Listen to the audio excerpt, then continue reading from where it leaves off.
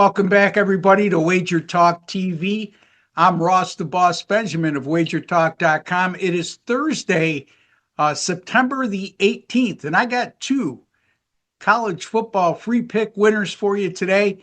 Will Clemson be able to rebound from a 1-2 start and come out like with a vengeance against a Syracuse team that's 2-1 but played less than stellar competition in their two wins? Or will the Orange be able to stay inside the number? I got those answers and much more, as well as the answers and analysis on the Texas Tech and Utah game. Both games start at noon Eastern time on Saturday. Stay tuned for that. Just a couple friendly reminders, folks. First of all, if you have not subscribed to our YouTube channel, take a second, hit that subscribe button right in the bottom right-hand corner of your screen, and you'll be privy to some of the best sports betting experts in all the world right here at WagerTalk TV. That's not bragging, folks. It's just a fact. And also, be kind enough to give my video a like, folks. I do my best to put forward a quality free pick video each and every day, and sometimes plural quality free pick videos like I'm doing today. Another college football free pick video coming up shortly. And so stay tuned for that. You could follow all the archives of my videos at WagerTalk TV simply by going to my direct link at WagerTalk TV, which is wt.buzz/RossTV, wt.buzz/RossTV. Also, folks, let us know who you like in week 4 of the college football slate. Leave your picks in the comments section. You have any questions about anything, feel free to ask, but keep it respectful. Don't be demeaning to one another or me. And also, folks, let's keep it a positive community like we have been doing a great job of doing over the last few months. So it makes it good for everybody. We're going to disagree on at times. I mean, it's sports betting, right? We're all going to have different opinions from one time to another, but it doesn't mean we have to go to war. So it could make it prompt healthy conversations, not bring forth negativity is where I'm going with it. Okay, let's get to the meat and potatoes. Syracuse at Clemson, 12 p.m. Eastern Time, ESPN telecast. Clemson minus 17.5. Don't look now, but the Clemson Tigers are 1-2, and that's news, folks, because a lot of the prognosticators, not me, but a lot of the prognosticators had Clemson as one of their favorites to win the national title. However, here they are at 1-2, and even if they were able to run the table playing in the ACC, they're going to be hard-pressed to get to the ACC championship game. That's a possibility. But again, they're behind the 8 ball, and also to win the ACC and gain a college football playoff berth for the second year in a row. They lost 17 at home to LSU. Nothing to be ashamed of there. LSU is a very good team. But then again, the following week, they had to erase a 16-0 deficit at home against Troy from the Sun Belt. And they ended up winning the game 27-16, but far from inspiring. Last week, they went on the road at Georgia Tech as a favorite. Remember, Georgia Tech was my pick to win the ACC at plus 700. And they made me look awful smart last week, not only with them winning that game against Clemson, but also me taking the points in that game. And Georgia Tech won that game outright by 3. So now they sit at 1-2, and their offense really has left a lot to be desired, meaning Clemson's offense. They haven't been championship caliber at all. And senior quarterback Cade Klubnik has been average at best. I mean, all the hype, possible Heisman Trophy winner, you could throw that aside because right now I don't know how he could overcompensate for the start he's got off to this season and get himself back in the Heisman Trophy candidacy, I should say. Offensively, Clemson, 19.3 points per game and only 319 yards per contest. Not very good at all. Now, they did play a good LSU defense, but against Troy and Georgia Tech, They continued their offensive struggles. And by the way, Clemson's three opponents have averaged over 8 minutes time of possession edge against the Tigers. So it's hard to produce offensively when your offense is not on the field a lot. I mean, so there you have it. I mean, it's not like Clemson's defense has been horrible. They haven't been able to sustain drives on offense, and it's not the dominating defense we've been used to seeing from Clemson. Syracuse 2-1. Although they needed overtime to beat UConn at home, and their other win came against Colgate 66-24.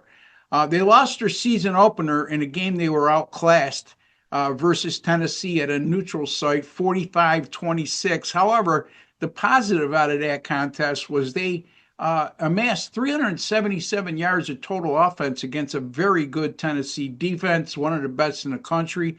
And Steve Angeli, the Notre Dame transfer quarterback for Syracuse, has really done extremely well over his first three starts for the Orange.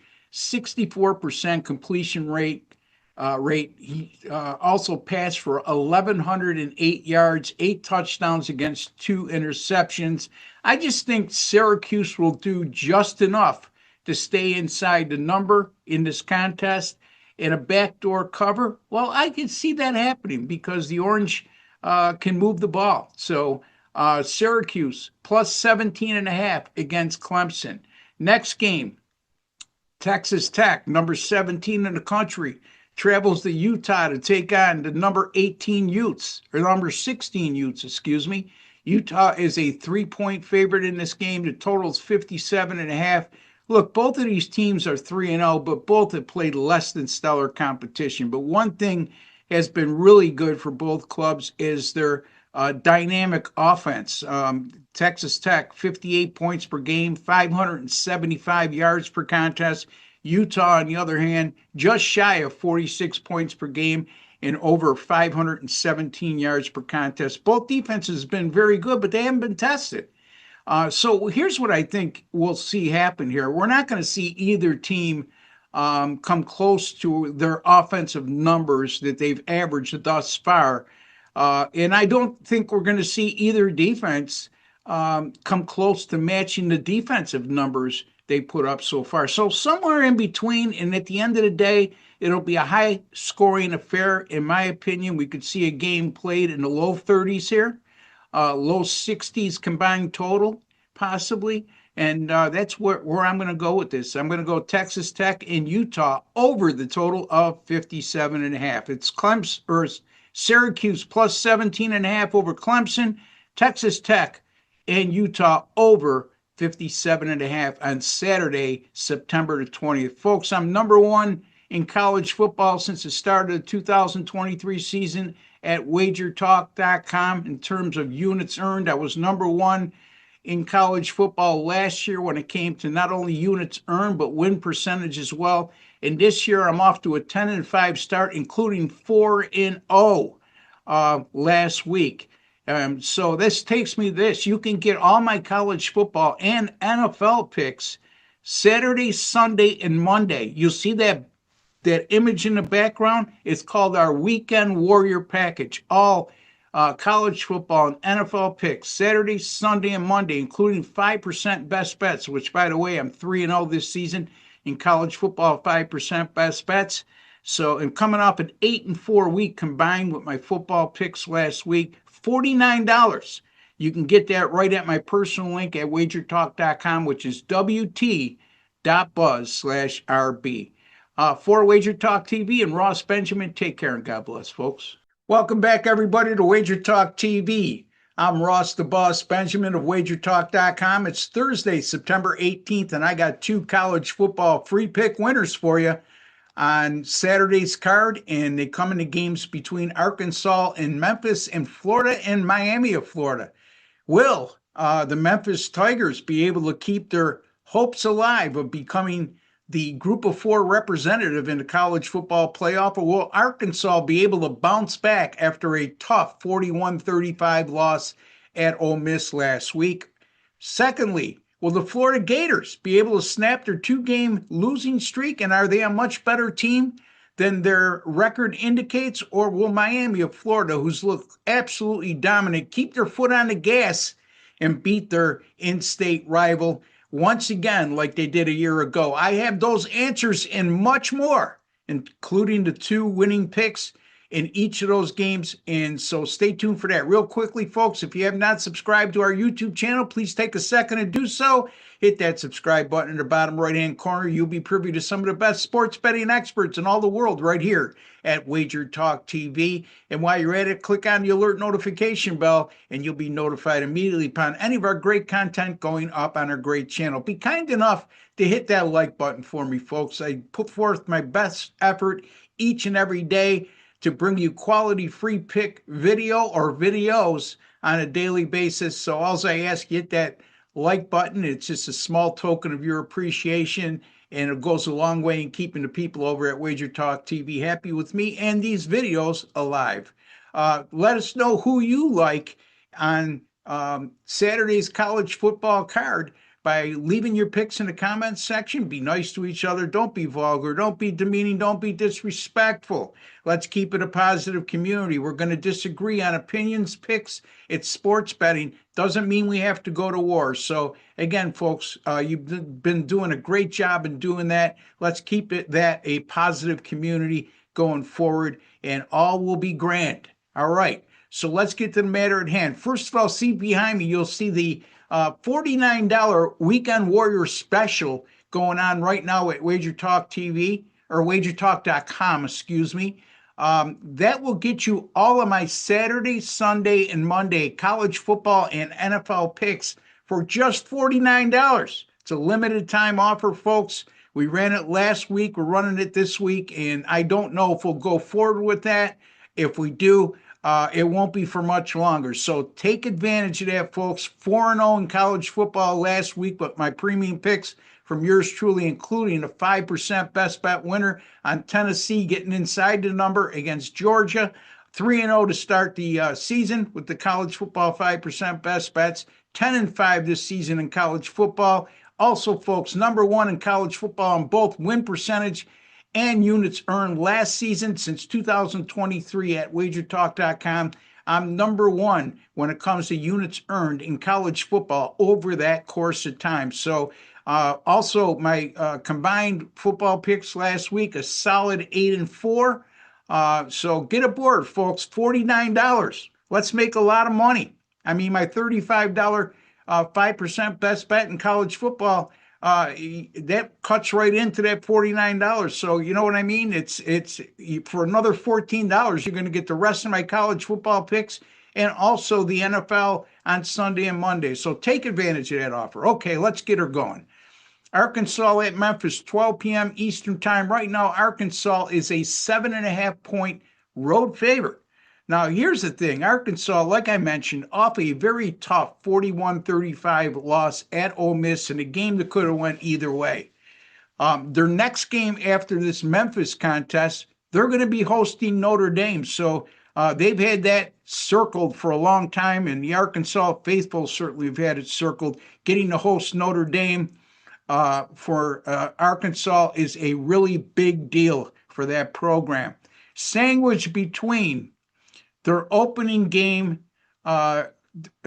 between last week's SEC encounter with Ole Miss and next week's encounter against, even though Notre Dame is 0-2, they're still nationally ranked, very hyped team, big brand name, is a road game against an unranked opponent from the Group of 5 conference. So again, this is a danger spot for Arkansas, in my opinion. A potential flat spot. And Memphis is a quality team, folks. This is a 3-0 Memphis team. They have their eyes set on that Group of 5 bid to make the college football playoffs. A win over an SEC team like Arkansas would certainly go a long way in improving their resume.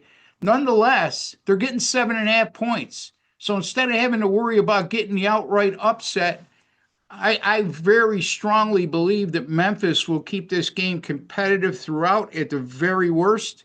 And I wouldn't be shocked to get the outright upset, but I would be foolish, and you would be as well, for not accepting the generous 7.5 uh, point spread that we're getting for the home underdog in this contest. So take Memphis here, plus 7.5 at home over Arkansas. Next game, Florida, Miami of Florida, 7:30 p.m. Eastern Time on ABC. Miami's a 7.5 point favorite. Florida's coming off back-to-back losses to South Florida and LSU. And they committed 6 turnovers in those 2 losses.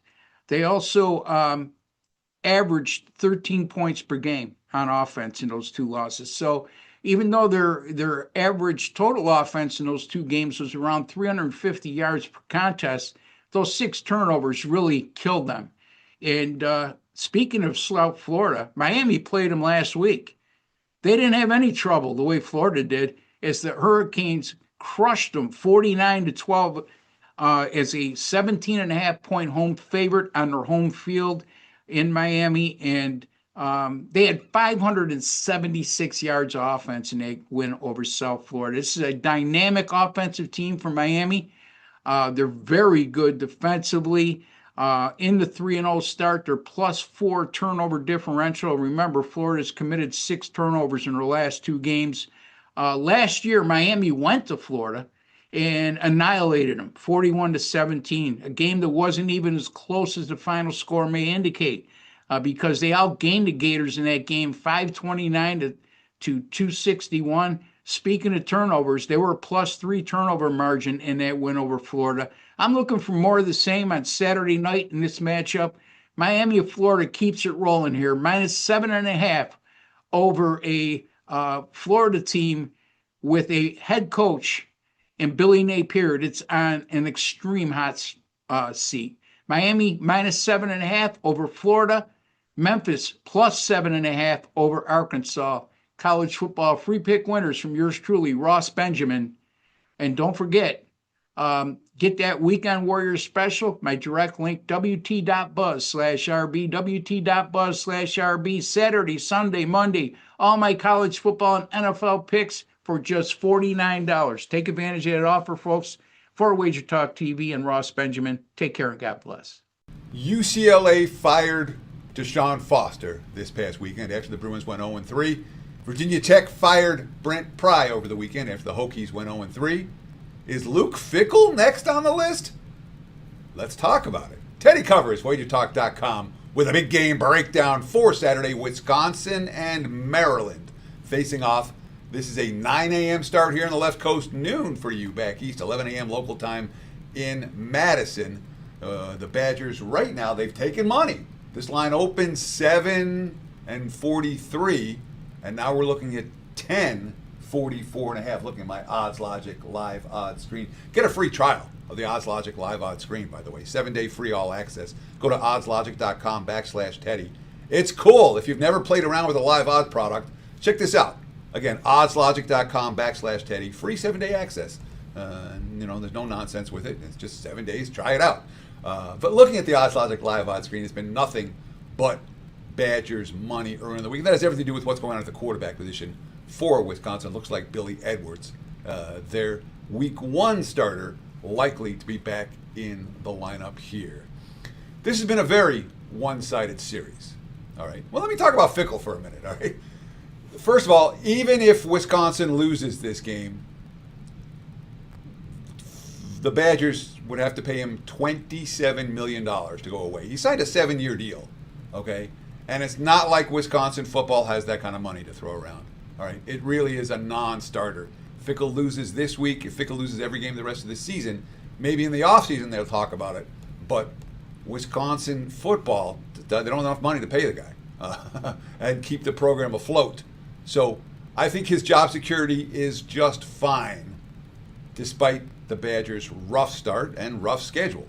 And again, it's not like their start's been that. They were supposed to get killed at Alabama last week. Again, they were playing without their starting quarterback, and they're playing an elite team on their home field. I'm not shocked at all by that result. But obviously, we're talking about a coach who's 14-14 since arriving in Madison, and the expectations in Madison are higher than that. No question, coming off a 5-7 season last year, and the schedule this year is brutal. This is the type of game Wisconsin is supposed to win. And it's not like he hasn't been able to recruit. He had top 30 recruiting classes each of the last 2 years, so competitive. He's not getting killed on the recruiting trail in that sense. And not like Fickle forgot how to coach. This week, they might have the right opponent at the right time. Maryland's 3-0 right now, and again, all against lesser competition. Florida Atlantic, Northern Illinois, Towson, all at home. They're starting a true freshman quarterback in Malik Washington. And he's been fine. 773 passing yards, 6 touchdowns, 1 interception in those first 3 ball games. He's not the only freshman that are key for Maryland. Their defensive line predicated on freshmen, which could be a big problem against Wisconsin for sure. But when we think about the Maryland side of the equation with the Frosh, with the first road start, we have to be aware of what Mike Locksley's track record is. And this is his worst role. As a Roadrunner, he's been the head coach now at Maryland. This is his 7th season. The last 6 years, Terps, as Road Underdogs, 1-2 ATS, 1-2, 0-3, 1-2, 0-1, and 1-3. That's 6 years on the job, 4-13 against the spread in this role. Maryland, in addition, has a notable weakness. Even against lesser competition, they've really struggled to run the football. And I mean really struggled. So when you're not running the football against the Northern Illinois of the world, when you travel to Wisconsin, it's not going to be any easier. So now you have a true Frosh QB with all the weight of a world on his shoulder. And Malik Washington plays great in this game. I'll be wrong about my pick in this one. But when you're one-dimensional and asking, you can't run the football, and you're asking a freshman quarterback to carry you in this type of road environment, it is something of a concern for this better. Let me talk just a minute and ask you guys one simple favor. If you like this type of analysis, hit that like button. Bing, done. Thank you. Makes all the difference for the YouTube algorithms. Comment below. Tell us what you think about this matchup and early start action on Saturday, or any of the matchups in the Big Ten or in college football, or whatever you want to comment on. You can make fun of my hair. I don't care. We appreciate the comments very, very much. And of course, if you haven't done so already, more than 200,000 of you are following the WagerTalk YouTube channel, WagerTalk TV. Do it now. You get instant alerts every time these videos go live. We got a $49 Weekend Warrior special going. All the football on Saturday, Sunday, as well as Monday night as well. So 3 days, all access, just $49. Check out my homepage, wt.buzz/TC to get on board, or just visit WagerTalk.com. So there's a difference between Wisconsin's starting QB and their backup QB.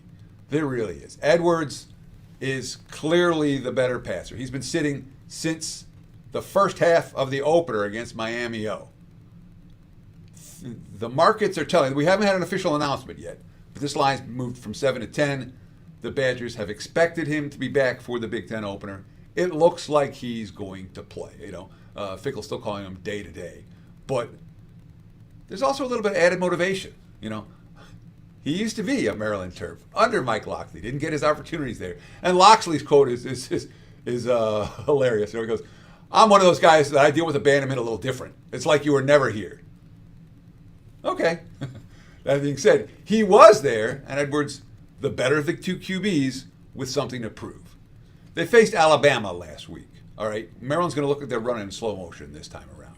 It's not like Wisconsin's had troubles in this home favorite roles, and it's not like they don't have a chance to run up the score or increase their margin if, as I suspect, Maryland's not going to be able to run the football and they're going to have to throw all day. Those 3 and outs result in tired defenses, result in Wisconsin running the football down their throats, result in something like a Badgers win and cover. Bottom line for me, if I'm playing, I'm laying Wisconsin or pass for this better. Appreciate those likes, appreciate those follows, appreciate those comments. Visit the homepage, wt.buzz/TC, and have yourself a great weekend. Thanks for watching WagerTalk TV, and be sure to stay tuned right here on this channel. More quality free play videos coming from WagerTalk TV. Cheers. 2 national TV games Saturday night in college football, both at 7 p.m. Eastern. I've got free plays in both of them for you right here, right now. Going to look at South Carolina, Missouri, and also Florida, Miami of Florida. Free plays, free picks, analysis coming up right here. Hi, this is Steve Merrill, WagerTalk.com, right back here on WagerTalk TV. And let's look at the first game here. We can go in either order, though. We'll start with your Missouri-South Carolina game at 7 o'clock Eastern, and this one is on ESPN National TV at 7 Eastern on Saturday night. And it's number 23 Missouri hosting unranked South Carolina. And a week ago, quite different. South Carolina was the number 11 team in the country. Missouri was number 25. Now a week later, South Carolina is unranked. Missouri's moved up a couple spots, and there's a big injury concern as well. Of course, the reason South Carolina plummeted out of the top 25 is because they lost outright to Vanderbilt 31-7 as a 3-point home favorite. But a little bit of misleading loss because Lenore Sellers, star quarterback for South Carolina, left in the second quarter with a head injury. He is questionable this week, and it does look like maybe he'll play. I'm doing this video on Thursday afternoon for you, and the line has actually been jumping around on the Odds Logic live odds screen. We saw Missouri as high as a 13-point favorite earlier this week, last Sunday, down to about 11-10. Now it's 9.5, throttle between 9.5 and 10, that key number. Total has risen from 46 up to 49, so it looks like Sellers will probably make a go, but keep an eye on the headlines over the next 48 hours, and we'll know for sure. I run a 10,000 game simulation every week for every FBS game on the board, and on average, I've got Missouri winning this game with a full lineup by 13.5 points. So regardless of the Sellers situation, I do think there is some line value here with Missouri in this one, especially if you can get minus 9.5. It's currently 9.5, 10. About a 4 to 5% chance Missouri wins the game by exactly 10 numbers, which is a key number. So at 9.5 or less, I do like Missouri here based on the line value. And if South Carolina is limited at quarterback, that's bad news because they have not run the ball well in their 3 games so far. In fact, their first 3 rushing games, 125 yards or less in every game, and that came against South Carolina State as a 42-point favorite. They still only had 125 rushing yards. Against Virginia Tech, 119, and Vandy last week only 97. And to show how much of a drop-off there is from Lenore Sellers to Luke Dottie, who came in last week, if you look at ESPN, they've got Dottie rated as a wide receiver. You look at the passing stats for this season, 2 guys have thrown passes. Sellers has thrown 45 of them. Dottie, who's listed as a wide receiver once again, has thrown only 28 passes, and he had an interception, no touchdowns last week. Sellers is averaging 9.5 yards per pass. Dottie just 5.3. So it's a huge drop-off. If Sellers doesn't go, definitely like Missouri. But even if he does go, we're going to get some line value at minus 9.5 or less. I would lean towards a Missouri. By the way, Lenore Sellers, every time I think of that, say that name, I think of Larry Sellers from The Big Lebowski. Great movie 25 years ago. If you haven't seen it, I recommend checking it out. It takes 2 or 3 watches to start appreciating the intricacies. Hey, by the way, if you're a Big Lebowski fan, drop some of your favorite quotes below. We did that with Seinfeld episodes last year, and it was a lot of fun. If you're a Big Lebowski fan, drop some of your favorite quotes below. I got about 20 of them in my head, but I'll save to see which ones you guys have, because I do truly read the comments, and I reply back. And by the way, if you're liking these free play videos, thumbs up like is all I ask. Thumbs up like, boom, took 2 seconds. You smashed it. It's done. All right, let's look at another big matchup here at 7 o'clock Eastern, actually 7:30 Eastern to be exact, on Saturday night. Unranked Florida, another team that fell out of the rankings recently, against number 4 Miami. Florida fell out a few weeks ago, of course, and Miami moved from number 5 up to number 4. They are a top 5 team in my power ratings as well. In fact, I rate this offense as the most efficient offense in the country right now, and that could be trouble for the Florida Gators. But what's interesting, though, if you dig deeper into my offense and defensive ratings, I actually have Florida as the better overall defensive team in this game, and that normally catches your eye when you're getting a good defensive dog. But I normally feel the better explosive offenses beat up on defenses. And we've seen that in recent years. You know, high profile like playoff national championship games are often higher scoring than expected because the Class A offenses normally hold the edge. I think Florida and the Miami defense is a wash, but Miami's an explosive offensive team this year that can make up for maybe what's a little bit of a lackluster defense. And that's probably going to be the difference in this one. In fact, my 10,000 game simulation favors the Hurricane by 11 points in this one against the Florida Gators. As we check the Odds Logic live odds screen, we'll see that this line has actually dropped from 8.5 down to 7.5. A little bit of money this week coming in on Florida.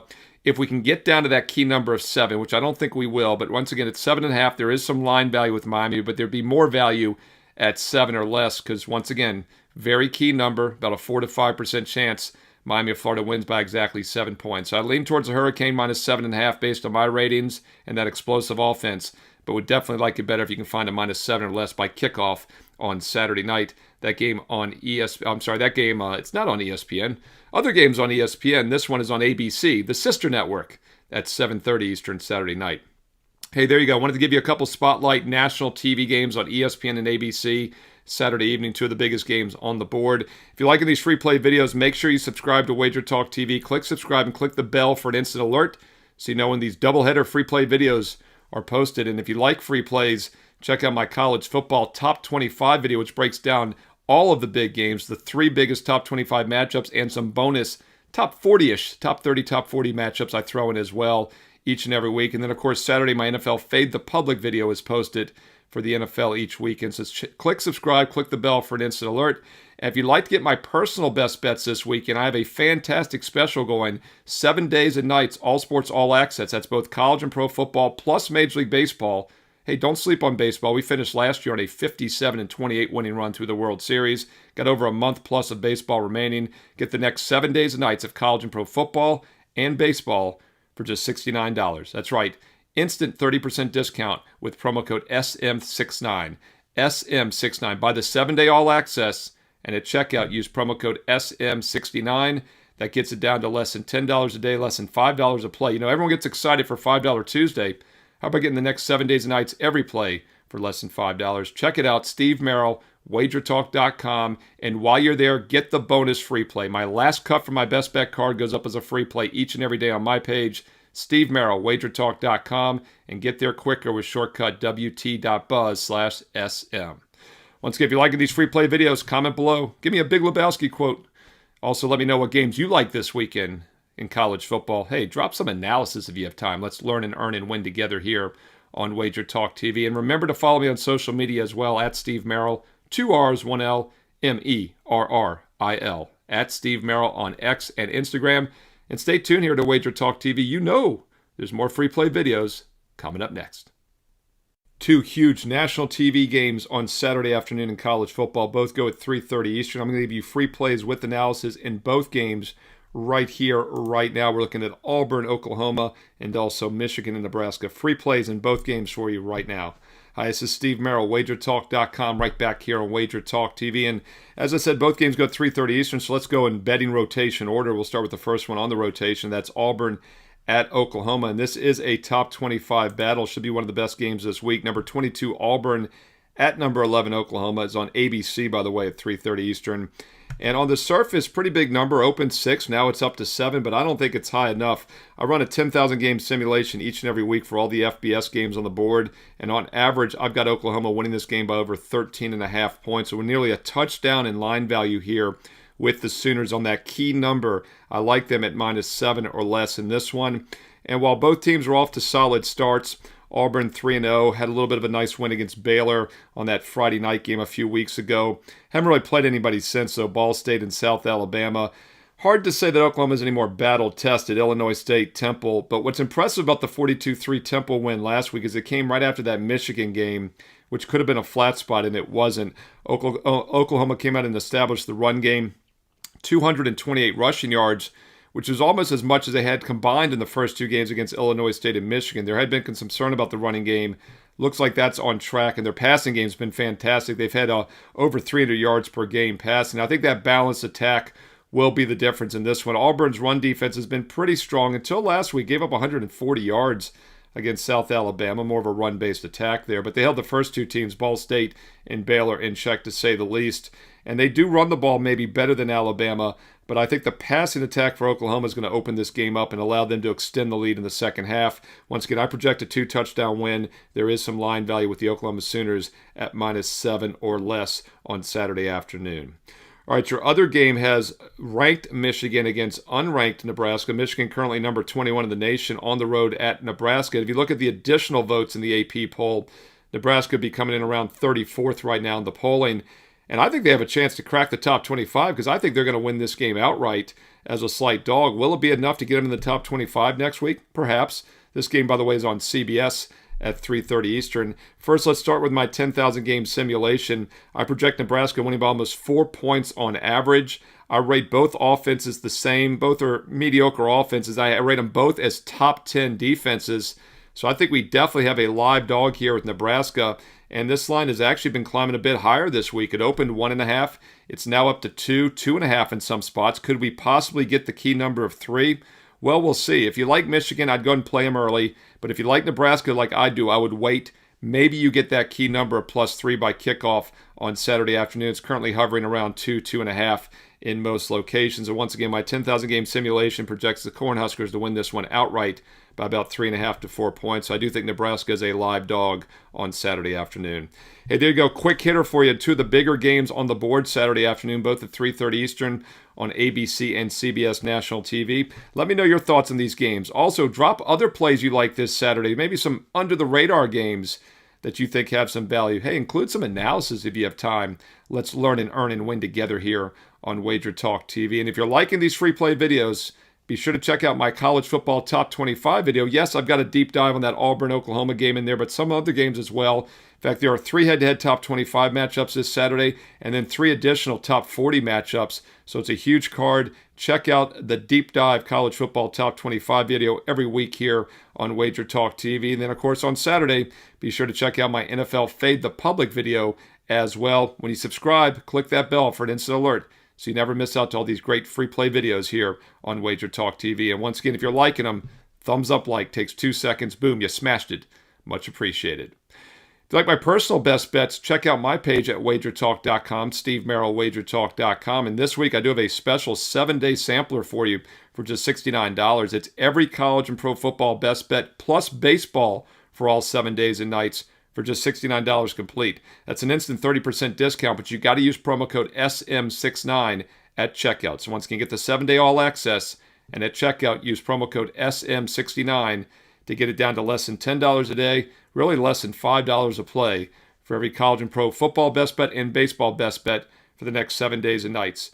67% last weekend on football best bets, and don't forget baseball last year finished on an incredible 57-28 run through the World Series. So don't sleep on baseball. There's still over a month remaining. Get 7 days and nights of all sports right now for just $69 with promo code SM69. Steve Merrill, WagerTalk.com. And oh, by the way, while you're there, check out the daily free play. I post a bonus free play with analysis on my page, free for everybody. It's up there right now. Steve Merrill, WagerTalk.com. And get to my page quicker with shortcut wt.buzz/SM.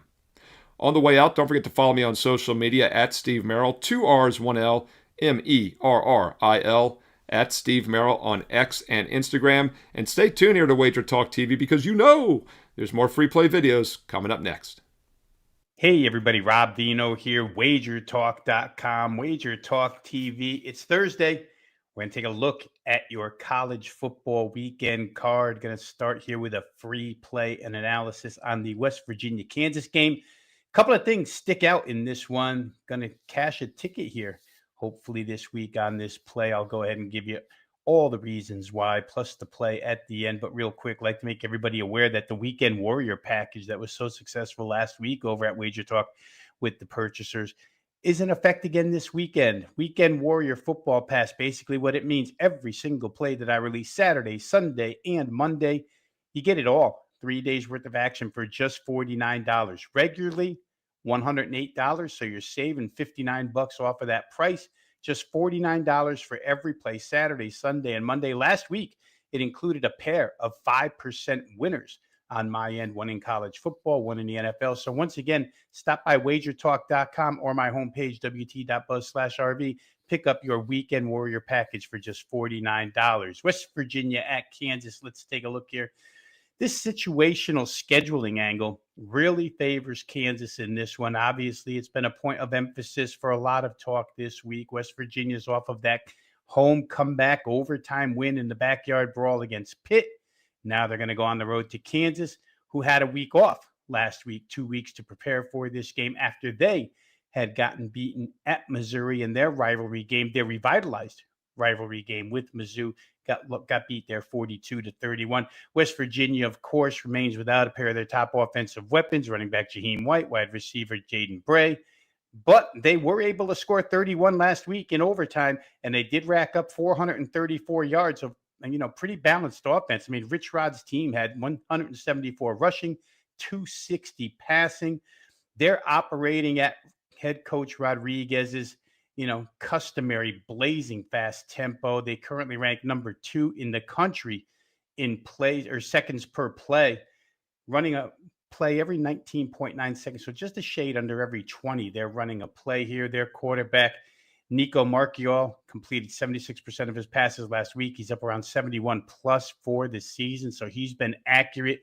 For KU, they did blow a 21-6 lead at Mizzou, and they led in the second quarter. But their defense was absolutely shredded by Missouri, which gained nearly 600 yards in that game, 595 if you want to be exact, 261 on the ground, 334 through the air. Missouri did whatever they wanted against that Kansas defense. I don't know that those defensive problems go away with a week off, an extra week to prepare here. Kansas is a little bit shoddy where tackling is concerned, and that could continue throughout the season.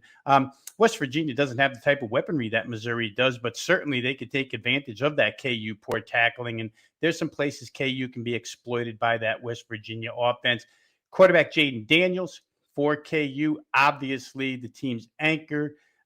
This is a far more versatile offense than what West Virginia just defeated against Pittsburgh. Pittsburgh is such a pass-heavy team. They have no running game to speak of. Kansas can run it, they can throw it, and then their quarterback can beat you with his legs. So there's a lot for West Virginia to cover here. And just to put that point into context here, when West Virginia went to Ohio U 2 weeks ago, a surface look at that game shows that West Virginia held Ohio U to 17 points, an Ohio U team that had absolutely shredded Rutgers in the opening week.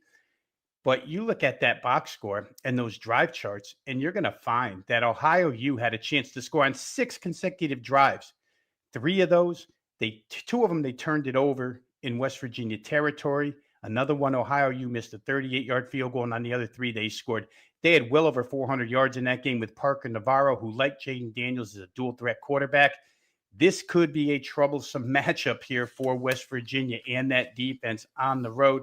So we'll take a final look at this one really quick here. This full game total is listed at 55.5, which right away I looked at it with some question marks. That seems awfully low to me. West Virginia could also be without their top linebacker, Chase Wilson, in this game, their most disruptive guy. That would hurt their defense as well. And before you think that KU doesn't play fast pace, and that's a reason to maybe not play over here. When West Virginia played Ohio U, by the way, ranks 94th in team tempo, and that game had 25 combined possessions, not counting kneel downs for first and second half. KU is 98th in the country. So Ohio U and Kansas played at the same tempo, and West Virginia in that game, because they go so fast, there were 25 possessions created. If we get that many possessions here, this game's going to go over 55.5. There's a slight chance of a thunderstorm mid-third quarter. I don't know if it'll happen. It says like 30%. But for me, 55.5 looks too low. This game should get to 57. We're going to play it that way. It's going to be your free play for Saturday's college football. West Virginia at Kansas over 55.5. On the way out, I'd like to ask everybody to click the like button if you like this free selections with analysis provided here by Wager Talk handicappers each and every day. Click like, click subscribe, join the 217,000 plus people who have already joined Wager Talk TV. And if you have a comment on this game or any other game going off this Saturday, drop it in the comments section. I try to get to them as quickly as I can. For now, this is Rob Vino saying good luck with all your plays. We'll see you next time on Wager Talk TV. 1. Hey, everybody, Rob Vino here, WagerTalk.com, Wager Talk TV, with another college football free selection with analysis coming your way. This one's going to be on the Apple Cup. Seems strange, right? 3rd week of the year, 4th week of the year, and we have the Apple Cup. Generally, a game is played at the end of the season, but it will be played this weekend, Washington at Washington State. Before we get to that play, and with the full analysis, you guys know what to do. Hit the like button if you like the free selections with analysis provided here each and every day by Wager Talk handicappers. Click like, click subscribe. We're nearing 220,000 viewers on or subscribers on Wager Talk TV, and you could be the one that pushes us to 220,000. Get us there. Click subscribe. Also, if you have a comment on any action on Saturday's college football card or this game in particular, go ahead and drop it in the comments section. I try to get to them as quickly as possible. Let's go ahead and take a look at this Washington at Washington State game. Again, like I say, it's very early for this game to be played. Scheduling differences now with realignment conference-wise puts this game in the fourth week of the season. And, generally speaking, we look at the weather first in this game in Pullman, Washington. Played late season, you'd find snow, you'd find rain, you'd find something. Here you're going to find sunshine. No problem whatsoever with the weather in this Apple Cup matchup. But these teams enter two teams in two entirely different positions here. This is the second season for Washington and head coach Jed Fish's systems. And Washington's rolling early on, especially offensively, where they seem to have grasped the offensive playbook, which under Jed Fish can be very, very tough. It's not the easiest system to learn, but Washington, much like Arizona did on Jed Fish's previous stop, seems to be rolling offensively. The competition hasn't been the best, but Washington State's not the best either. So maybe they continue to roll here. Washington State, meanwhile, total grassroots situation. Their ex-head coach, Jake Dickert, took the Wake Forest job. He left. Staff left. Personnel left in droves. They have so many new faces on this team. They're starting from scratch. They scrapped their air raid and put in a different system.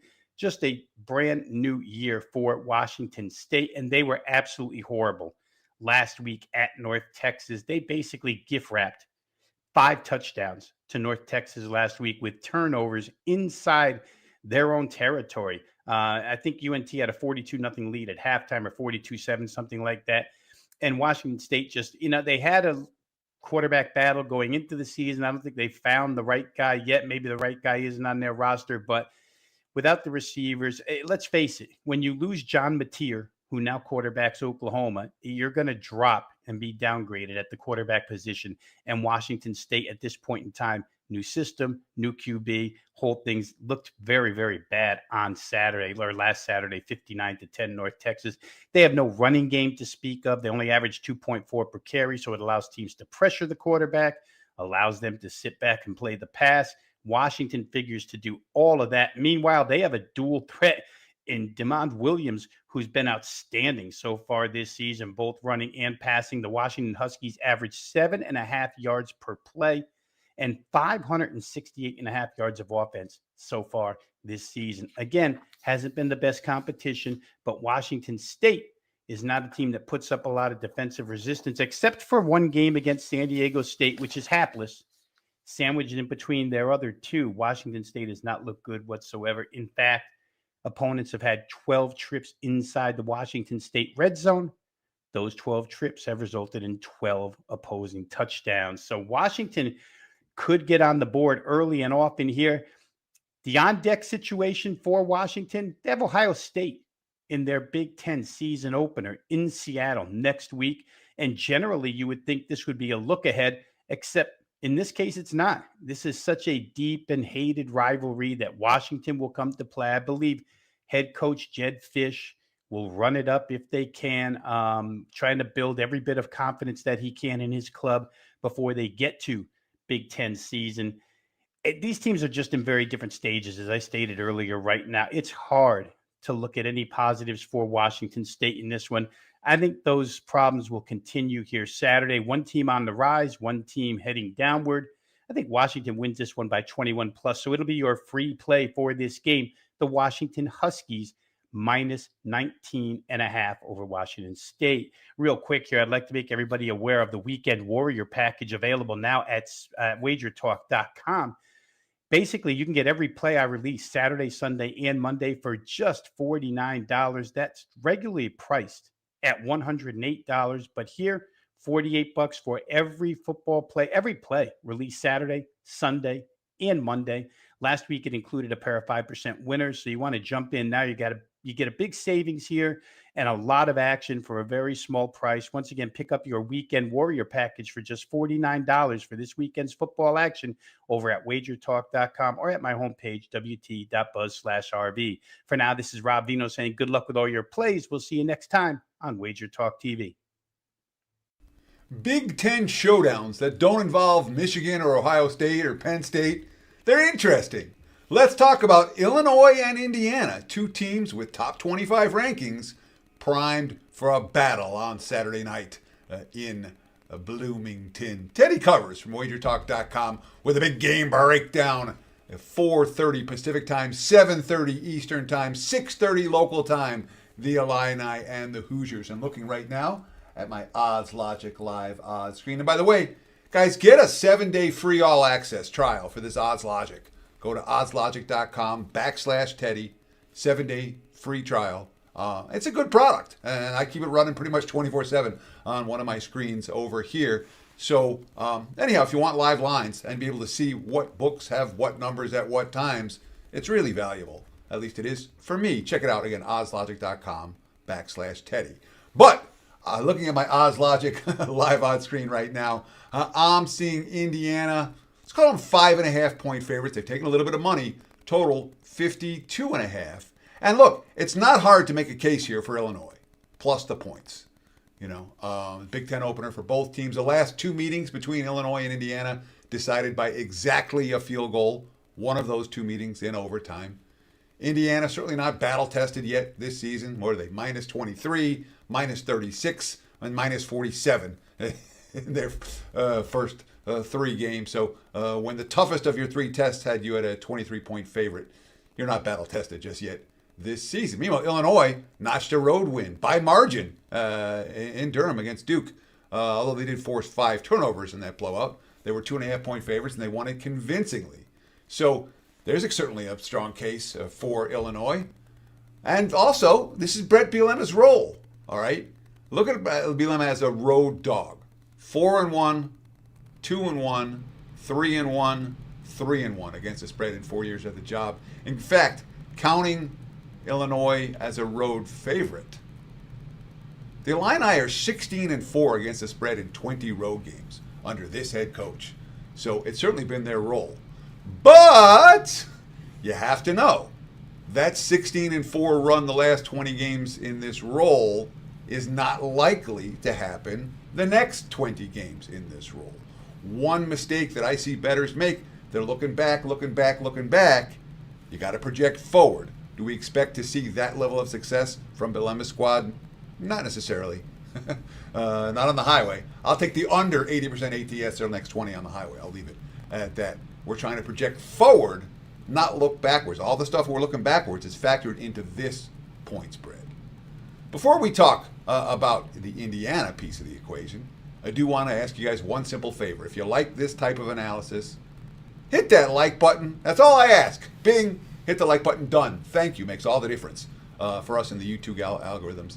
But comment below. Tell me what you think about this game or any of the other games in college football on Saturday. We appreciate those comments. And of course, if you haven't done so, join the more than 200,000 people who have subscribed to the Wager Talk YouTube channel. Get instant alerts every time these videos go live. Also want to let you know about what's going on my homepage at WagerTalk.com. You can go there direct, wt.buzz/TC, wt.buzz/TC. And you can get on board. There's a great package right now, $49 Weekend Warrior package. Gets you everything on Saturday, everything on Sunday. If I'm in action on Monday night, you'll get that as well. So Weekend Warrior package, only $49 on my homepage at WagerTalk.com. Every play, every day in football this weekend. So we just talked about the one way that we expect Illinois to be trending point spread wise, and that's downwards in these road games. And Indiana, all right, and we talked about Illinois, how they had the 5 turnovers, that they created 5 turnovers against Duke. Indiana's not that team, all right? We haven't seen a turnover debacle from the Hoosiers at any point in the Kirk Cignetti era, even against defensive-minded foes. The Hoosiers' offensive line, elite once again this year. This offense is balanced.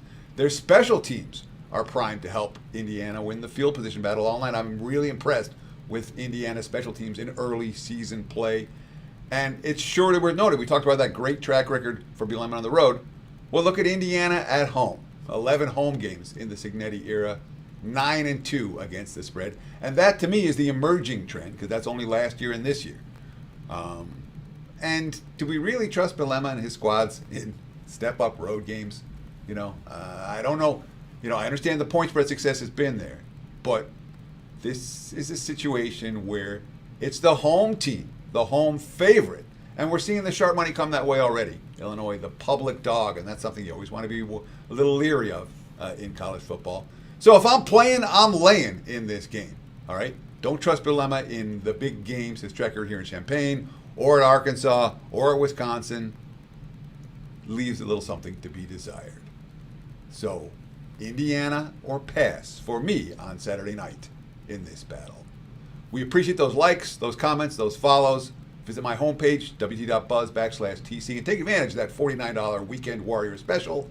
Best of luck with all your bets this weekend, and thanks for watching Wager Talk TV. Stay tuned right here on this channel. More quality videos coming. Stay tuned. Cheers. Saturday late night college football, 11 p.m. Eastern, Fox National TV, Michigan State, USC. It's a pretty good game. No, it's not the Rose Bowl. It's a Big Ten regular season matchup. How times have changed. More importantly, though, I think there's value in this game. I've got a free play with analysis coming up for your late night Saturday national TV game right here, right now. Hi, this is Steve Merrill, WagerTalk.com, right back here on Wager Talk TV. And we're breaking down, as I said, Michigan State at number 25, USC, sneaking into the top 25 rankings after the 3-0 start. And the money's coming on the Trojans this week. They opened as a 15.5-point favorite. It's now up to 18, even seeing 18.5s out there. Really no key number until we get to 20, 21. So right now, at 18.5, 19. 19 is what we call a dead number. Not likely to land on that. It won't make too much of a difference unless it climbs all the way up to 20, 21. And I do think it might climb a little higher because I do think there's value with the USC Trojans in this game. And I feel like there's been value with USC all season long. In fact, my 10,000 game simulation has the Trojans winning by over 21.5 points on average, 21.8 to be exact. So as long as this line stays below that key number of 21, which it currently is, 18, 18.5 as I mentioned, there is some value with USC at home. And another reason I like the Trojans is I think they have a substantial offensive edge in this game. If you look at my defensive efficiency rankings, both teams are top 40, barely, nothing special. But where you see a huge difference is on the offensive rankings. I have ranked USC as one of the top 5 offenses in the country right now.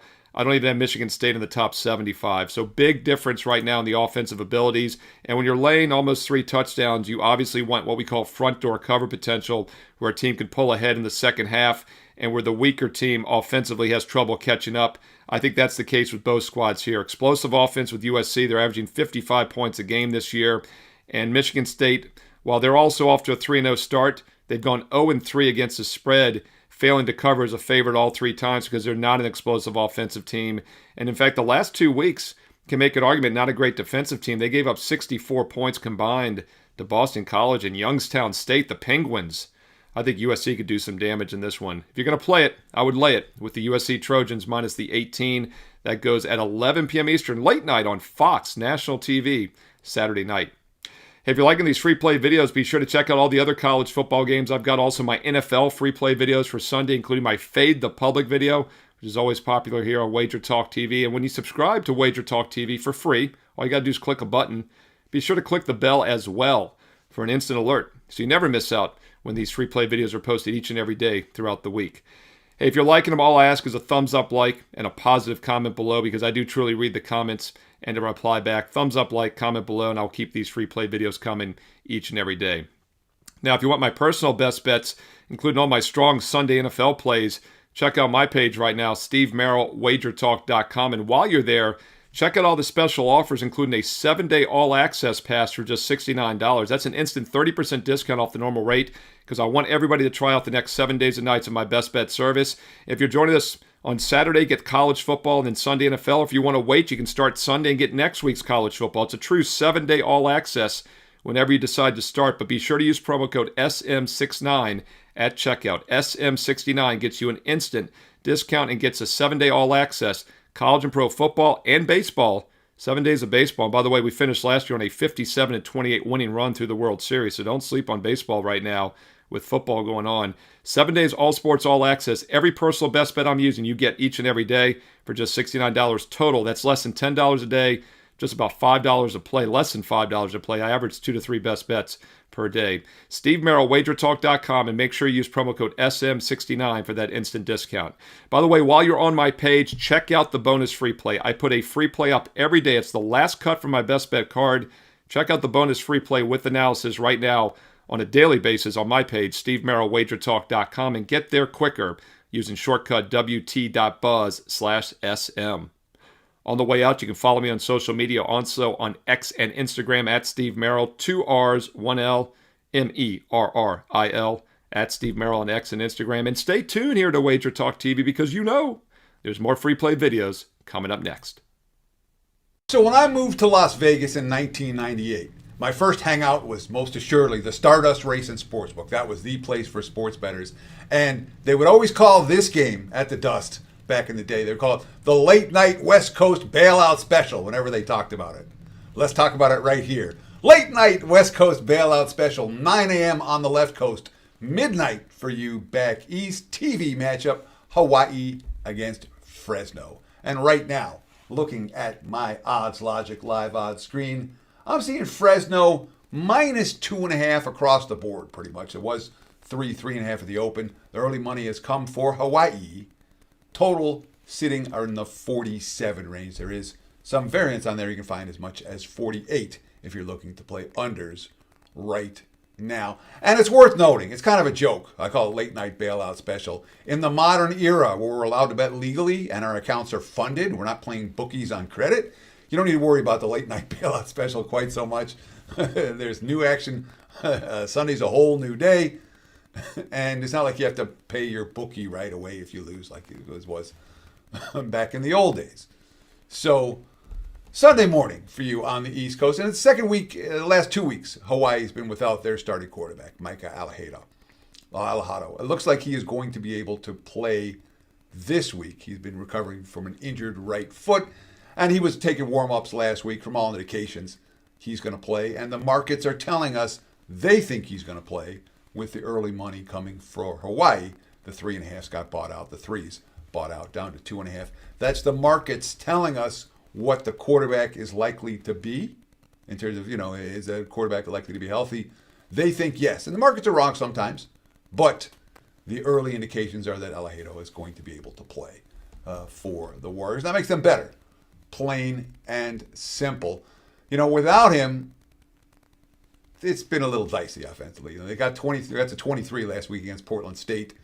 The defense played well, but really not so fast. Tapped the brakes on that. The Vikings team they played have been held without a touchdown 3 times in 4 games.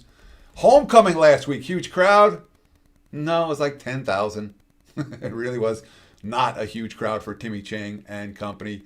They were sloppy, 13 penalties, 138 yards. And all this stuff is, maybe not so much Hawaii. All that being said, third straight home game on the islands. They've won their last 4 in this venue. This is a bigger game than last week. They're comfortable. They have their starting QB back.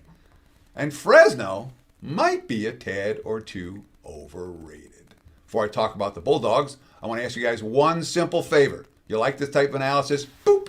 Hit that like button. Thank you. Done. Problem solved. Comment below. Let us know what you think about the game or any other game in college football or whatever you want to say. You can make fun of my shirt or my jacket. People do it every week. We appreciate the comments very, very much. And of course, if you haven't done so, more than 200,000 of you following WagerTalk TV on YouTube. Get instant alerts when these videos go live.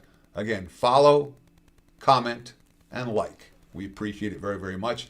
I'm also going to tell you about what's going on my homepage. I recognize there are pick buyers, there are non-pick buyers. I get it. I'm not mad at you if you don't buy my pick, but for those who are interested, I do have a great package this weekend. It's called the Weekend Warrior Package. It's $49. Gets you every football play on Saturday, every football play on Sunday, and Monday night if we're in action there as well. So 3 days of football action, $49. Check it out on my homepage, wt.buzz/TC. And there's no nonsense with that. There's no, you buy this, but for the big play, you got to pay more. We don't do that at Wager Talk. All right. We really don't. So again, check it out, wt.buzz/TC, and get on board with this Weekend Warrior Package, only $49. So these two teams met in 2022 in Fresno. It was 55-13. Fresno killed them. Last year, also at Fresno, Hawaii pulled off the upset, 21-20. Fresno was held to just 176 total yards of offense. And there could be some offensive concerns here against a Hawaii defense. And again, nothing too exciting, but they did held their opponent last week to a single field goal. And I've been impressed with Timmy Chang's defense this year and last. They've been better than I thought they were going to do. Now, Fresno already has 2 games in this short spread range, less than a field goal. They had Georgia Southern, and they won that game by 4 touchdowns. Just killed them.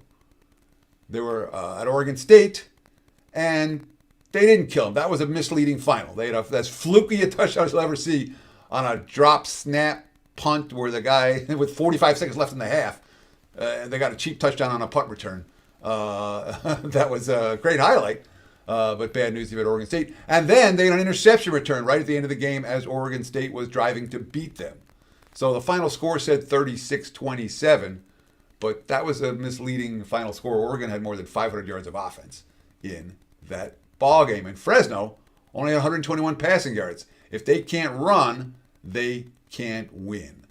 We're talking about Kurt Warner's kid, E.J. Warner, who had a 56-7, guided the team to a 56-7 win over FCS Southern this past weekend. And Warner had not thrown a touchdown pass in Fresno's first 3 games. He threw one last week and then threw 3 more in the second half. I'm not worried about it. That was much lesser competition in a much friendlier venue than you're going to see this week. And it feels to me like Fresno's a little bit fat and happy. Again, first-year head coach Entz, quote, "Anytime you go 1-0 every week, that's a positive. It's hard to win games in college football, so I'm excited. We had 500 yards of offense, held our opponents to 7 points. That seems like a combination for success." Sure, when you're facing Southern at home, that is. I think we're going to see a good game from Hawaii this week, and I expect this game to be competitive. All right, when you talk about big, strong opinions, this is a lean. But I lean towards Hawaii as home dogs in this one. They showed last year they could compete with Fresno and beat Fresno. They showed last year they can shut down Fresno offensively. And again, I'm not a Warner believer. All right, he's not his dad. He's not close to being his dad. And this Hawaii program that has not lived up to expectation in the Chang era, maybe we're seeing some of that now. Hawaii plus 2.5 is the way I would play this one for your late night West Coast bailout special. Thank you so much for watching Wager Talk TV. We appreciate those likes, comments, and follows very, very much. Check out my homepage, wt.buzz/TC, to take advantage of that $49 Weekend Warrior program. And best of luck with all your bets. Thanks for watching. Stay tuned right here on this channel. More free play videos from WagerTalk.com. And cheers. Knock 'em dead out there. There were 4 big upsets last week in college football. So what am I going to do for this TNA report? I'm going to break down what teams did the game after pulling an upset as an underdog of a touchdown or more, and what teams did losing as a favorite of 7 or more the following week. I am Ralph Michaels. This is your college football TNA report for week number 4. And you know what TNA stands for, trends and angles. Let's get right to it. Our first situation, teams often upset win as an underdog of 7 or more and as an underdog of 10 or more. Well, let's take a look first at teams that pulled an upset as a dog of 7 or more. If they are now a home favorite, 45%. If they are now a home dog, 45%. If they are now an away favorite, 48%. And if they are now an away dog, 48%. Guys, it doesn't get much clearer than that. In the last almost 400 games where a team has pulled an upset as a dog of 7 or more, they have failed to cover 54% of the time the next game. Who falls in that situation this week? Army and Middle Tennessee State are home dogs. Delaware and Stanford are away dogs. Now, do the numbers get better or poorer when we look at teams that pulled an upset as a double-digit dog? Well, as a home favorite, the week after pulling an upset as a double-digit dog, only 39% ATS. As a home dog, 42%. As an away favorite, 40%. So all 3 of those got worse. As an away dog, it got slightly better, going from 48 to 49%. So it's tough to pull back-to-back upsets and cover that following week. Keep an eye on this as we'll follow it throughout the year. Well, if we're going to look at one side of the equation, let's look at the flip side. How do teams do off a loss as a TD plus favorite, like Notre Dame, Connecticut, Nevada, and Kansas State? Although Kansas State does not apply this week because they have a bye week.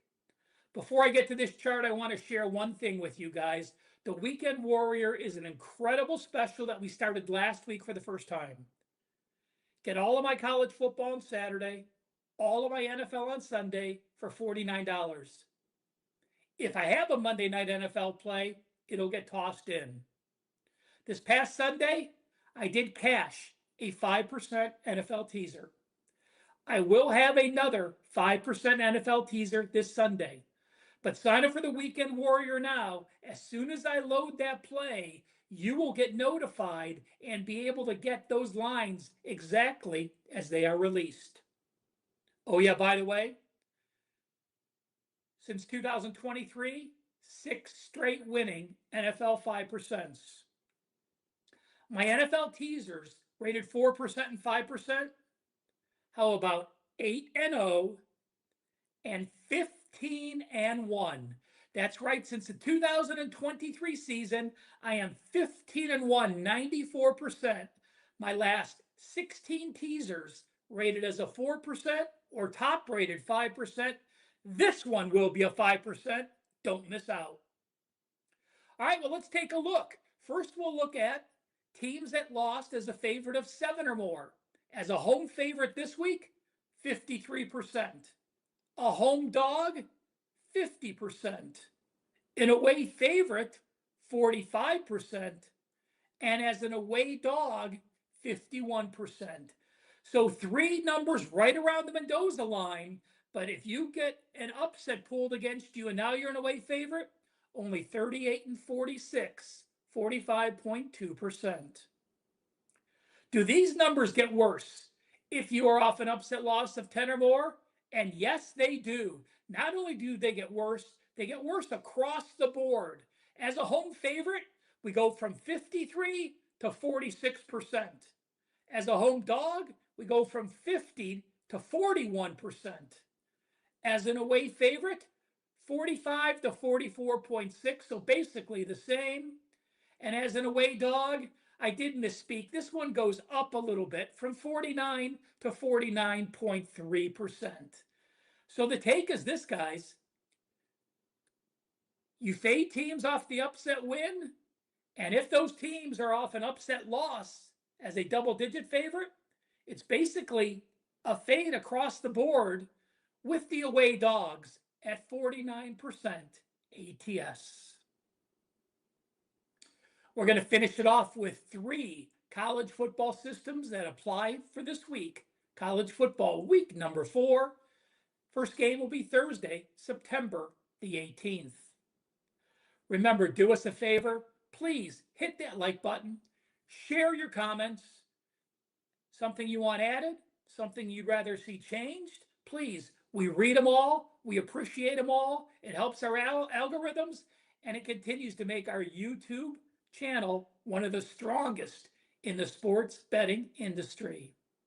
Thanks again for taking a minute out of your day to watch this TNA video. System number 1. Teams that lost as a favorite and they rushed for 200 and plus yards. Now they're an away dog. That applies to Nevada this week. Lost as a favorite, rushed for over 200 plus yards. Now you're an away dog.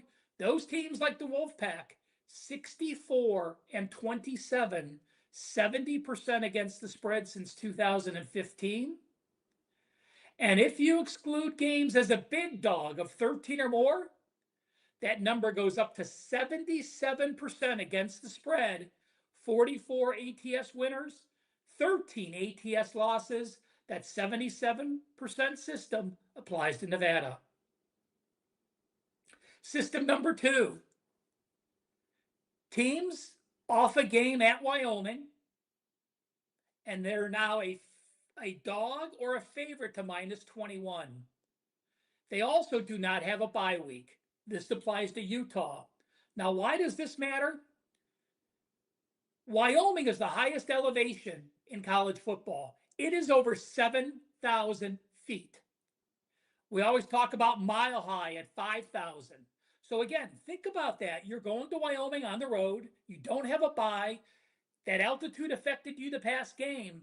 Those teams the next week are 19-40, 32% against the spread since 2009, and that applies to Utah.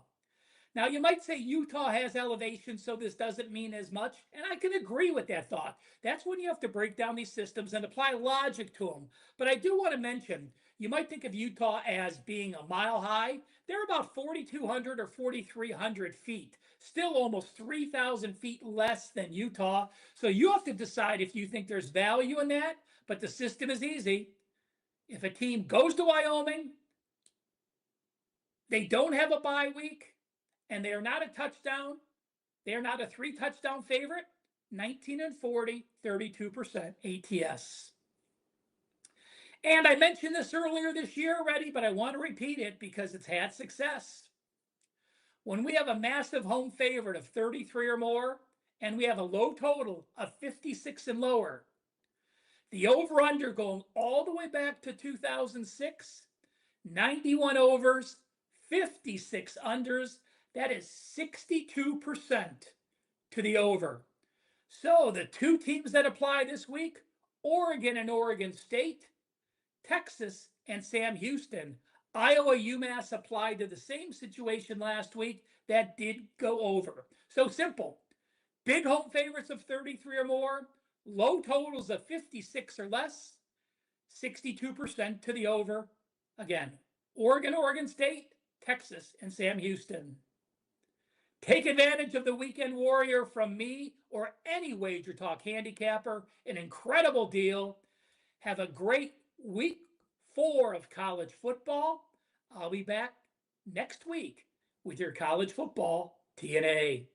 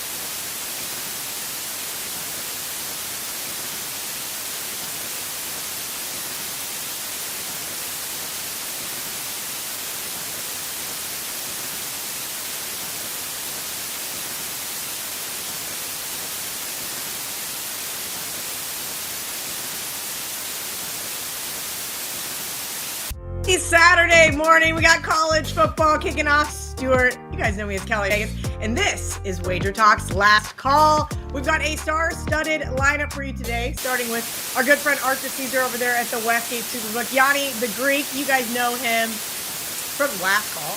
Every single week with me on Bet On, and of course, Wager Talk today in his infamous steam room.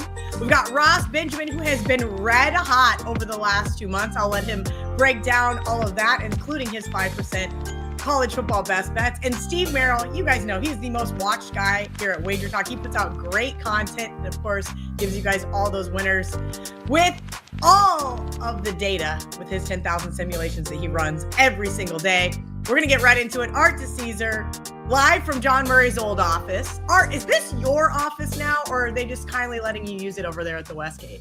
They're kindly letting me use it. I don't think anyone can step into the former office of Mr. Murray. What about the new office? I see he finally got some stuff hung. I'm proud of him. He's finally moving in there at home.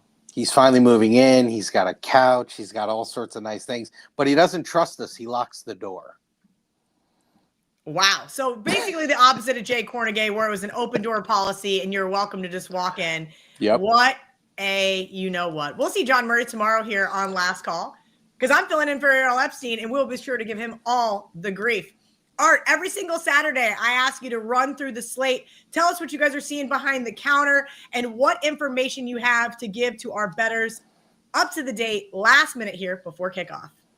Let's start with the early stuff. North Texas at Army. North Texas was as low as kind of 1.5, 2 on that game. We've moved to now 3 on the game, but it's still a small need for us on North Texas. There has been Army money, but that's not a huge need either way, but it was interesting with some of the line movement there. SMU, TCU, that's kind of bounced back and forth. We now have TCU minus 6.5. SMU will be a small need for us in the game. Hometown flavor, UNLV goes to Miami of Ohio. UNLV is a small road dog, minus 2. They took Miami of Ohio at 2.5 and some money line sprinkle. We'll need the hometown Rebels to win the game for us. This is a big early need. Wisconsin at home is up to 10. Came back down to 9.5 this morning, but all week, Kelly, they laid 7, they laid 8, they laid 8.5. So Maryland's going to be a really nice need for us early in the morning. And then maybe the game of the day. It's very underrated, and it kicks off super early in the Big 12. Texas Tech at Utah. We're now 3.5 on Utah. We've seen more Texas Tech money than Utah, but we're kind of booking to that side, so we're not afraid to take some Texas Tech money. We will need Utah in the game. We were one of the first to go to 3.5. Wow. The Maryland game is going to be interesting. It looks like the Maryland quarterback, or excuse me, the Wisconsin quarterback is going to be a go. That is the double-digit underdog in my money line parlay there at the Westgate. By the way, I looked on Hard Rock this morning. If you bet my parlay today anywhere else, it's like 30-1, still 40-1 there at the Superbook. They do me a solid. They put it up early, barring anything catastrophic. It is going to stay 40-1 here up until kickoff. So thank you guys for that. Always love giving my followers a little extra coin in their pocket. Art, I think that this slate today is kind of a little iffy, right? There's some okay games. There's some snooze fest games. I think the noon slate is rather intriguing. I'm not knowing what I'm going to do. I'm going to have my head on a swivel. But for these afternoon games, we call them 3:30 Eastern here, 12:30 out there on the West Coast. Which ones have caught your eye as a fan perspective? And then which ones are you guys going to need there at the Westgate? Yeah, I think this is probably your best block of games. And obviously you got 2 major ones. You got Auburnat Oklahoma. Oklahoma right now 6.5. We were 7 at one point. This has seemed pretty good two-way action. The Michigan-Nebraska game, very interesting. Game of the year for us, we had Michigan 3. We reopened 2.5. We saw nothing but really Nebraska money. We got to pick at one point. They bought back on Michigan at pick. We're now Michigan minus 1. We will need Michigan in that game. UNC at UCF. That's seen really good two-way action. 6.5, 7, 7.5, kind of bouncing all over the board. A need for us is going to be Western Michigan. They're at home. Toledo, they bought at 13 and 13.5. That's now 14. We'll also need Buffalo at home. Buffalo, Detroit, they took it 7. They took it 6. So we're now sitting Buffalo minus 5 on that game. But I would say in all these early games, the first 2 slates, Michigan's our biggest need. I mean, Michigan is an enormous need for us. So go Blue. Very, very interesting there. All right, let's talk about this night slate and then get you back behind the counter because I know it is a very busy Saturday morning there in Las Vegas. Yeah, I mean, some intriguing games as well. Obviously, UF at Miami. You're going to be Miami 7.5 right now. We were as high as 9 on that game. So there was some nibbles on Florida at 9, at 8. So that's, but, you know, still pretty good two-way because Miami's going to be in a lot of teasers. They're going to be in a lot of money lines. Illinois at Indiana, this is fascinating. Game of the year for us. Indiana, we had 4. It's now 6.5. And then even went to 7 this morning. So Illinois will be a need for us. We're flooded with Indiana money. Arizona State goes to Baylor. Baylor now 2.5. They took 3 with Arizona State. We'll need Baylor in that game. Also a weird one. This is kind of a low-key under-the-radar game because no one's going to care about it. but we will because it's a need. Arkansas State at Kennesaw State. They took Kennesaw State at 6 and 5.5. We're now Arkansas State 4.5 as a road favorite. We will need Arkansas State in the game. Very, very interesting one. I love those low-key ones. Last week was Delaware. This week, Arkansas State. Art, real quick, because the questions in the comment section is kind of going a little nuts here, and I'll get to some of the questions here. But one of the games that is so frustrating to me is Florida, Miami, right? We saw 7.5. We saw 9.5, back to 7.5. Of course, I was high on Florida to start the season. Of course, Florida threw 5 interceptions last week and still had a chance to cover versus LSU. What are you guys seeing on this game? This game was what, 4 in the game of the year slate, 4.5 maybe? Because I remember my dad had me look it up. He has a straight up bet with a Florida fan. He took Miami pick 'em, so I think he's sitting kind of pretty. But this is like one of those types of games where I want to take Florida. I feel like I was correct about this Gators defense, but the offense has been so abysmal. I cannot trust them. What are you guys seeing there at the Westgate? Well, listen, if they're going to have 100 yards of penalties and 5 turnovers, they're not beating a high school team. It just doesn't matter. But I do think there's still value in Florida. I like them today over a touchdown. I really do. I think 7.5. I played them in the Westgate college contest because I was like, I got to have some sort of action on this team, but they don't deserve my money. No, for sure. I get that. And that's, a great way to do it. You put them in the college contest so you could just kind of forget about it. But I'm not really sold on Miami. Listen, I know they got a lot of guys. I was not a Beck fan even when he was at Georgia. But, like I said, if Florida's going to turn the ball over 5 times, they're not beating anyone. But it's funny, despite the early Florida money, like I said, we did get Miami money back, so that's been pretty good two-way. Miami's going to be very popular in money line parlays because nobody really trusts Florida. Yep, you just took the last question before I get you out of here. Everybody always wants to know, what are the biggest money line parlays? I could probably guess it's going to be Wisconsin. It's going to be TCU. It's going to be UCF. It's going to be Oklahoma. It's going to be Miami into the night slate. Yeah, and you could throw Indiana in there because of obviously the big line move you've seen, from 4 all the way up to 7. So Indiana's going to be very popular in that regard as well. All right, anything you would like to leave us with before we get you out of here? No, I think that's good. The one thing I will mention, there's a Hawaii late night game, super late night. The old Vegas 9 p.m. kickoff. They laid 2.5 with Fresno. It's up to 3. But this has almost been 2 groups battling, laying Fresno at 2.5, taking Hawaii at 3. So that's a really good handle game for us late night. I just wanted to mention that. Awesome stuff. Art DeCesar, Westgate Superbook at Art Dice 21 there on X. And then you can also catch him on the best betting show ever with Prez and Joe Ranieri. Art, give us a little look as to what that show is all about. Well, it's me and Joe battling Prez and trying to keep our sanity. But, it's a lot of fun. We give out a parlay of the day. I always give a book report, just kind of basically throughout the week, give you as many NFL and college games as I can, seeing all the movement as we get through. And then even, if I give you something on Tuesday, I try to check back on Friday and say, hey, has this stood? Have they, bought back on the other side? Or are we seeing even another group bet the side? So trying to give you as much information as I can. You guys can check that show out every single Tuesday, starting as Art mentioned, there on the Wager Talk YouTube channel. Art, I lied. You're not getting out of here yet. I need a best bet from you. I'm taking Florida. I don't care. I'm taking them. Plus 7.5. If they don't do it, hey, listen. If Lackley throws 5 interceptions, I'll never look at Florida again. But I think they are worth and I'm not saying sprinkle on the money line, but I think they're going to keep it within 7. Okay. Fine. Art has spoken, you guys. Art is the best. He's going to try to join us every single Saturday morning here during college football season, barring, all the kids calling out sick and he has to go run the restroom by himself. He is the best. Again, Art Dice 21. Give him a follow on X. All right, guys, we're going to bring in VR. We're going to get him rocking and rolling. We're about 10 minutes into the show, and we're going to take you guys up until kickoff, as long as you guys are in the comment section asking questions. VR, welcome in. You guys know VR. We do a college football edition of Bet On It every single Wednesday. You can also catch him on the NFL edition with me, and then he will be back here tomorrow with me I'll be filling in for Ariel Epstein. We're going to go through the NFL slate. Johnny wants to know how big the overlay in my contest is. Really quickly, guys, splashsports.com/Kelly in Vegas. I started the season off so bad in college football that I said, I just want to refresh. We're starting week 4. We've already got week 5 up as well. It's $10,000 guaranteed every single week. $25 to enter. splashsports.com/Kelly in Vegas. You guys have about 48 minutes left to sign up. VR, welcome in. I know you're going to do a weekly steam room here on the Wager Talk YouTube channel.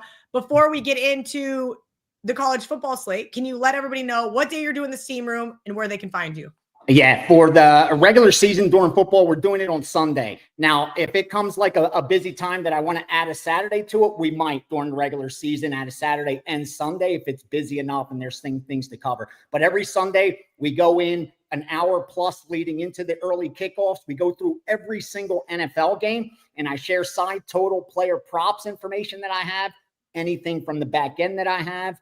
I'm there to answer all the questions, but more importantly, we go over year-to-date results, recent results, and the goal as we're heading towards the last quarter in 2025. So make sure you join us for the steam room. If you got a month or better, you'll be in there, and you want to join us for sure. It helps a lot. Like it helps you learn how to use the information, because again, if you're not using it correctly, what good is it? I'm crushing college football right now. Like if you're betting college football, you want to see our stuff. I'm getting the sharpest college football stuff right now. And NFL. But if you're not using it correctly and not bet sizing correctly, it's not going to matter. So all right, on that, but I want to see you guys. Yeah, absolutely. The first question is from Andrew. He must watch the college football edition to bet on it. You gave out a under 55.5, Louisiana Lafayette, Eastern Michigan. Are you still high on that? Excuse me. You gave it out, I think 52.5, 51.5. I'd have to look at the sheet. 50.5. What is we always like to tell people at Wager Talk that we have parameters, right? Line moves too much. All right, it's no longer a bet. Is it still a bet at 50.5? Yeah. It's up to 50. Up to 50 is a 3% bet. It's not a huge bet. It was, it's early in the week when we do the show. Wednesday, I kind of finalized by Tuesday night. I'm on the play. There's been no buyback or anything like that. So yeah, we're definitely still under in Louisiana and the Eastern Michigan game. It's one of the many totals that we're firing on today. But yes, we're still kept that bet, no buyback or anything like that. And it was a 3% for subscribers. Perfect. All right, let's get into these noon slate games. Obviously, Texas Tech, Utah being the biggest. What are you guys seeing there? It said Art said that they're going to need Utah. I know you were waiting in the wings. You probably heard some of the things he said. I think that's very interesting. I do unfortunately think Texas Tech is somewhat of a square dog. You and I talked about this Texas Tech team. I thought at 12-1, they were a nice outside shot to win the Big 12. Do you think this is a Big 12 championship preview, excuse me? Yeah, it really looks like it. It does. And I think that's why you're not seeing much action from the betting syndicates once that line did kind of settle. It looks like a sharp number. I'm seeing good two-way action in the back end. Like one book's heavy Utah, the other book's heavy Texas Tech. So it's kind of depends on I guess who they're booking from. But it looks like balanced two-way action there. What we got down on is a team total. We bet Texas Tech under 27 at even money. I sent that out to subscribers as a 3% play, good to -110. We took Texas Tech under 27 for the team total. And that came in kind of before I jumped on. So that should be available. Okay, perfect. All right, let's go through the rest of your list. I know you got a busy morning here ahead of you. We got about 45 minutes until kickoff. So if you guys have a question for VR specifically, drop it in the chat. Otherwise, we'll wait and let Ross and Steve get to some of those other questions. Let's have you just do what you do best and let the dog off the leash. Let the guy run. Yeah, I got a ton for you. Forgive me. There's just so much going on. Here's what I'm going to do. My package that I have up at Wager Talk for daily guys, what I'm doing because we have volume is I'm only firing 4% plays. So only best bets are going into that package. That's why I think there's only 7 or 8 bets in there because they're only the 4% are going in there for daily guys. Subscribers are getting everything. The guys that are with me partnering up for the college football season or, long term, because we got a lot of good 3% plays, especially some added board. Let me give you those added board real quickly because they've done so well. I think last week We might have lost 1 or 2 and fired 12, 15 of them. We bet 309.050 LSU minus 35 and minus 36. We also bet Ohio minus 30 and 31. We bet Northern Alabama plus 18 and 17.5. We went over 53 to 55 in that Ohio Gardner-Webb game, and we went under 47 in New Hampshire Dartmouth. Now, some of the other stuff for today. You already know the Louisiana under. Here's some more 3% for you. Western Michigan 356, Western Michigan 336. Forgive me, Western Michigan plus 14.5 and under 51.5. So it's Western Michigan and the under. Troy Buffalo, we went over 42.5. That's a 3% play. Oklahoma and Auburn, we went under 23.5 first half. Under 23.5 first half. You also know that I had Oklahoma in that game at minus 6.5 from bet on it. Oregon State over 55. That was a Raz play. Baylor, Arizona State were over 59.5 and 60. Michigan minus 1.5 and money line. Hawaii plus 3.5. Nevada plus 10.5.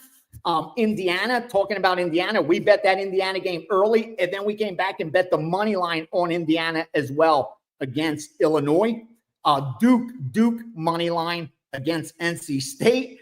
And as you know, I like Florida as well. I'm with you on Florida, Kel. I've seen two-way action from betting syndicates. I saw minus 7.5 in an account, and I saw plus 9 in an account as well. So good two-way action there from the betting syndicates, but I'm on the Florida side with you. I think they're undervalued, and I think Miami's overvalued. It's that time of the year where you could really take advantage of it. I looked up at the rankings this morning. I can't believe LSU's the top 5 team. Alabama would be a double-digit favorite over them on a neutral field. I'm telling you that right now. Now, maybe that's not what the line the books would put out, because obviously they need to manage their risk. But a true line, Alabama would be a double-digit favorite, a 1-1 Alabama team over that LSU team. And I like LSU. You were high on them to start the year. Top 20, Kel, barely. Wow. All right. Well, that was a lot of stuff. I hope you guys got your list written down. I've already got people texting me, what's the Greek on? I'm like, everybody relax. You can also just take your own notes. For early here, I'll give you an early 9 a.m. kickoff because they're like, narrow it down. How do you narrow this down? But here's what really sticks out to me. The under in SMU TCU. I really like that under. I thought they opened it too high. I circled that already. I saw one of the groups I respect most on totals came in on the under. And what I liked about it was today, any road book that had a 65 out there, they took it. So they're still looking to get more money on that under. I love when I see that on game day. That they want 65. It's, there's not out there, but because of the public money going over, they're popping up. And when they pop up, boom, someone there's to bet it. I love when I see that. That's great stuff. All right, VR, we got about 90 seconds left with you before we get you out of here. The comment section wants to know, what is your end of the year price prediction for Bitcoin? And here's what's tough. I think we may see it's ranging between the price. So I don't think we're going to bust 120. What I do think is it's going to drop a lot. I know everybody wants to the moon, but I've been in crypto for long enough to know we're probably going to see 80,000 again. It's definitely dropping below 100,000 again in 2026. There's bad times ahead. There's going to be tough times ahead. And it means it's on sale. It means it's on sale and we can buy more. Yeah, exactly. Just wait for pullbacks and buy. That's VR, I'm going to add one more. I know this is a sports betting show, but this is the same kind of thing. Okay, so at what point do I take my profit and put it off into something else like USD or whatever? Or are you just keeping it all invested and just letting it just keep riding? No, you shouldn't have, Kel, honestly, you shouldn't have more than 10%. And that's because you're young, but you shouldn't have more than 10% of your wealth in Bitcoin. If you've made money, cash that out and start reallocating into different things. You don't need more than 10% of your wealth in that. It's still speculative asset. It's made a lot of money for a lot of people, myself included, and you, but still, you got to think big picture, and 10% is more than enough if you're holding. Awesome stuff. At Greek_gambler, UFC, Bitcoin, college football, NFL. He'll be back with us tomorrow here on Last Call, as well as in the steam room. You guys can catch him there tomorrow right after Last Call. And you can also catch me Joining on End Zone Live with the Prez and Andy. It's going to be fun to be sweating out those early games with those guys. I'm going to be cheering for chaos, so you guys buckle up. We're going to bring in Ross Benjamin here next. He's going to take all of your college football questions. Ross has been absolutely on fire. Basically, I don't know, Ross, was it mid-July you caught lightning in a bottle? I mean, I think you gave out 53 free baseball winners in a row. It was something insane. It was an insane streak of like 71 and 20 in free picks. Yeah, but as far as the premium picks, Cal, it's since May the 13th, I've been on fire. Wow. Over 100, I believe right now, 108 units in net profit since May the 13th. So I love it. And you're in all sports. You're currently 3-0 and you're 5% college football. Are you giving out 5% a week, or is it? Yeah, 5% a week. We get limited at how many 5% best bets we could use at the site, which is right. Okay. Because some guys would abuse it. But we'll see. If I hit this one, I'm going to be on my hands and knees asking Johnny and Ralph to up the ante a little bit. All right. LSU week 1, outright winner at Clemson. Oklahoma over Michigan there in week 2. You laid the 6. And then Tennessee plus 4.5. Great number. Didn't matter, though. Even at 3.5, you got the cover with Tennessee. So you are 3-0 there. Ross, we're going to get into some of these college football questions. Sure. I'm gonna start off with one that I saw because it pertains to me. One of the guys said, hey, how are my garbage Badgers laying 10 to Maryland? I asked myself the same question, and I went through and I thought Malik Washington has the ability to go in and exploit this Badgers defense. Do you have an opinion on that game? I don't have a strong opinion. I will say this, buyer beware with Maryland, because they fall in the same category as Rutgers, teams that they really prey on a soft early season schedule. Then once they get into the Big Ten, they struggle. Mike Locksley, I'm not a big fan of. And also Maryland, not only do they struggle once they get in the Big Ten, they really struggle Big Ten away games. So I would steer clear of that. I mean, if you're not sold on the Badgers laying 10, I can understand that because they really shouldn't be minus 10 against anybody. But to me, that's a little bit of a red flag. And I really have no faith in Mike Locksley and Maryland on the road in Big Ten action. Well, that's not like what I like to hear. The other day, Ross was against me on, I cannot remember which game. He put it in the Wager Talk Slack for Wager Talk today, and I wrote FML.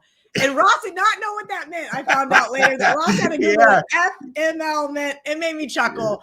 It is what it is. I hate being against Ross. So let's go into some of these earlier games as well, Ross. One of the games that I think is not being talked about all that much. I mean, right now we've got a big conversation with Texas Tech, Texas Tech, Utah, and SMU, TCU. Those are the two bigger morning games. I get it. But let's kind of dive a little deeper. Is there something else in this slate that kicks off here in a little over 30 minutes that you think that our audience needs to know about? Yeah, I would look at the Arkansas and Memphis game, Kelly. Here's the thing. Arkansas coming off that tough loss last week against Ole Miss, 41-35, and they got LSU up next. And in between, they have a road trip against a non-Power 4 conference school in Memphis. I mean, you shouldn't take Memphis lightly, but when you add it all up, it's a danger spot for Arkansas, especially laying more than a touchdown on the road. The last I checked, you can get 7.5 with Memphis. And don't forget, this is a Memphis team that has aspirations of being a group of 4 representative in the college football playoff. And what better way to do that than with a win over an SEC opponent? And I think you could say that a quality SEC opponent at this point in Arkansas. And if they were able to pull this off, it also gives them a little bit of forgiveness if they lose one game in conference. So, I think that's a dangerous spot for Arkansas. And I think that Memphis has the ability not only win this game, but more importantly, to get inside this number. Yeah, Marco gave this out as his sandwich game on Wednesday. I already had it on my long list. I did play it in the contest there at the Westgate Superbook for college football. I also played it on my splash contest. I haven't gotten to the window just yet. I was really high on Arkansas going to Ole Miss last weekend. I said I thought that they had a chance to win. Frustrating loss. I see completely the scheduling spot. I just think Arkansas is a little bit better than we saw last week. We'll see how that ends up playing out if I actually get to the window with that team or not. Another game I want to talk about selfishly while we're waiting on some of the comments to populate. Hey, let's talk about it. UCF, UNC. We've got Bill Belichick versus Scott Frost. Do you have an opinion on one side or another here? I don't. Again, another one of those games. I don't have a strong opinion, Kelly, but I would lean toward UCF. I mean, let's not get caught up in a win over Richmond and a win over Charlotte. Those are two terrible teams. UCF, they're supposed to be on the bottom half, if not near the bottom of the Big 12 this year. But Scott Frost has done awfully well since, at UCF prior to his stint at Nebraska, which he flopped. I would have a small lean here on UCF laying the points at home. Not good news for me. Not good news for me. You like North Carolina? Listen, I'm taking the points with Bill Belichick. I think that. Yeah, I could see it. I could see that. I'm playing against TCU in two ways. One, I don't think they're as good as advertised as we saw as week one, so I'm taking SMU. And then two, I also think North Carolina, some of those teams, you mentioned it, how Maryland goes in and they beat up on those cupcakes. I actually think that is good for some of these middle of the road teams. I think Bill Snyder perfected that. Playing those Northern Illinois schools or North Dakota or whatever, you beat up on those cupcakes. It gives you a chance to work out some of the kinks in your offense, defense, special teams, wherever you're having shortfalls. And it also gives your team confidence to get some of those wins so that when they do get into conference play, I don't know. I'll get off. Well, Kel, whatever way you want to spin it, if it makes you feel better. Listen, I think that some of these teams do need those confidence boosters, if you will. We can't all have, Alabama, FSU week one. And, you can't play those teams each and every single week. Okay, let's get into some of these questions, guys. Army, this was a game that Art DeCesar mentioned. This North Texas Army game, he mentioned they were going to need North Texas.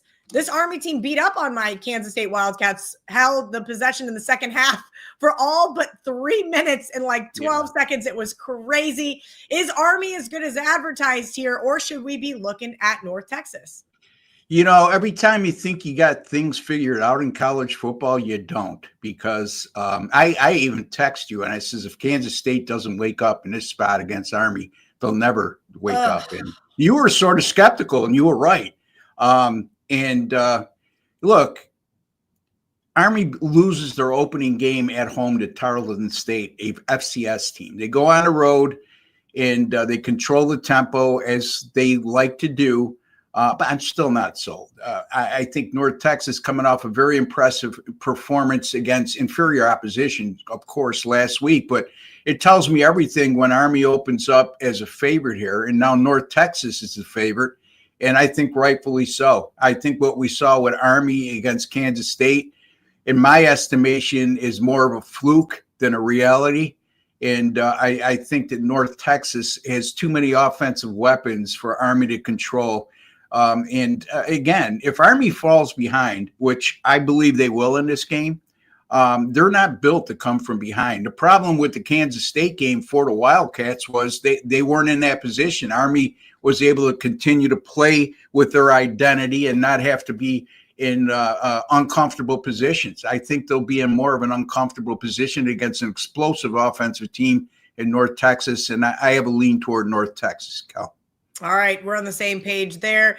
Couple questions, some of these underlying games. I know, I'm just throwing you for a loop. Blame the comment section. So I'll give you a minute to look if you need to find your notes. Louisville was a team that I was really high on this year. I thought, hey, they have an outside chance to win the ACC. I sprinkled a little bit of money there, plus 750. Talk to me about this Louisville team.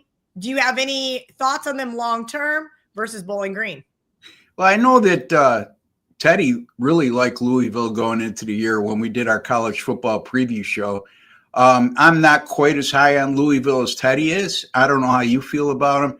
Against a Bowling Green team that I believe they're coming off a win last week, right, Kelly? If I'm not mistaken, an upset win, was it?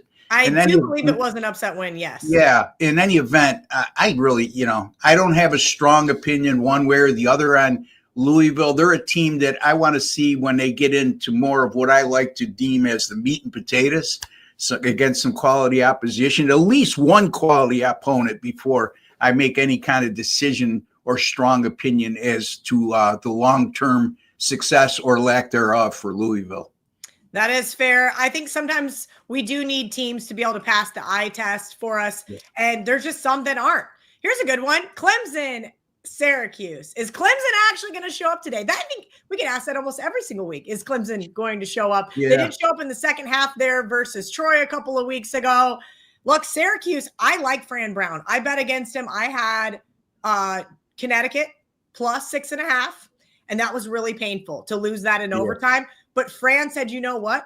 Unacceptable. You guys should have lost this game. He knew. They pulled one out of their you-know-whats, and he said, you guys are running laps. You guys are running a drill. Yeah, after the game. Wasn't it something? I love to see it. I love to see it. I like Fran Brown. I think he is a solid football coach. Yeah.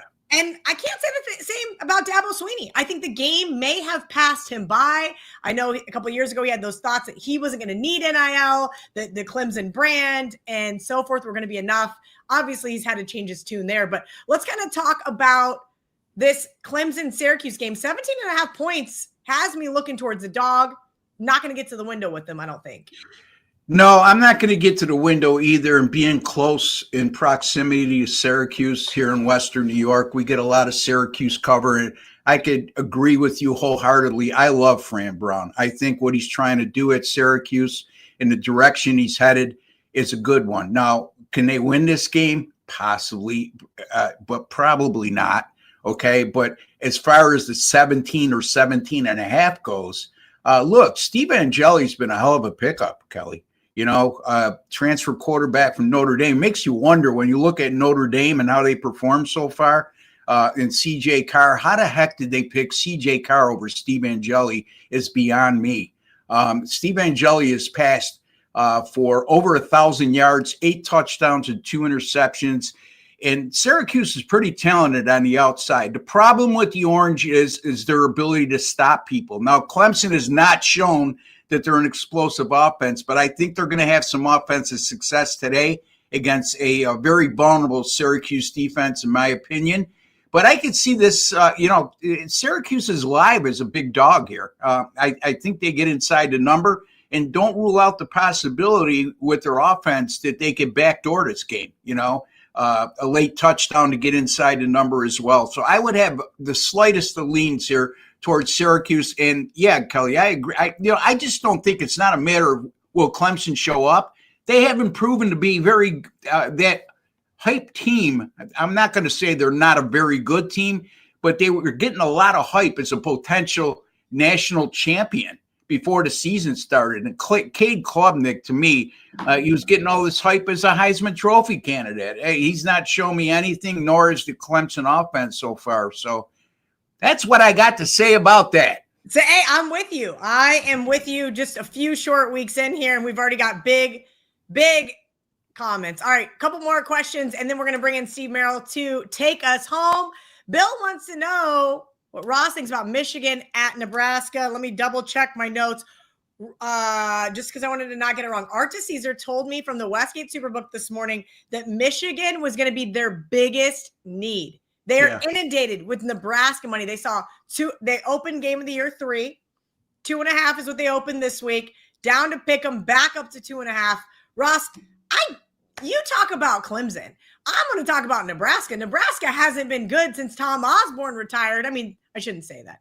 They had a little stretch there where they were all right. But then the point being is, to Nebraska standards, this team can't seem to get over that 8-9 win hump. Is this the year that they finally get it with Matt Rule? I think Matt Rule is an awesome coach. I love what he brings to his programs, but that doesn't always what he did at Baylor might not work in Lincoln, right? So just hearing your thoughts here on Michigan, are they going to go in and beat up Nebraska there in Lincoln? I get the feeling you like Michigan in this game. So no, am I correct? In this game, I'm just sharing. Okay, I was just trying to my intuition from working with you a couple times now.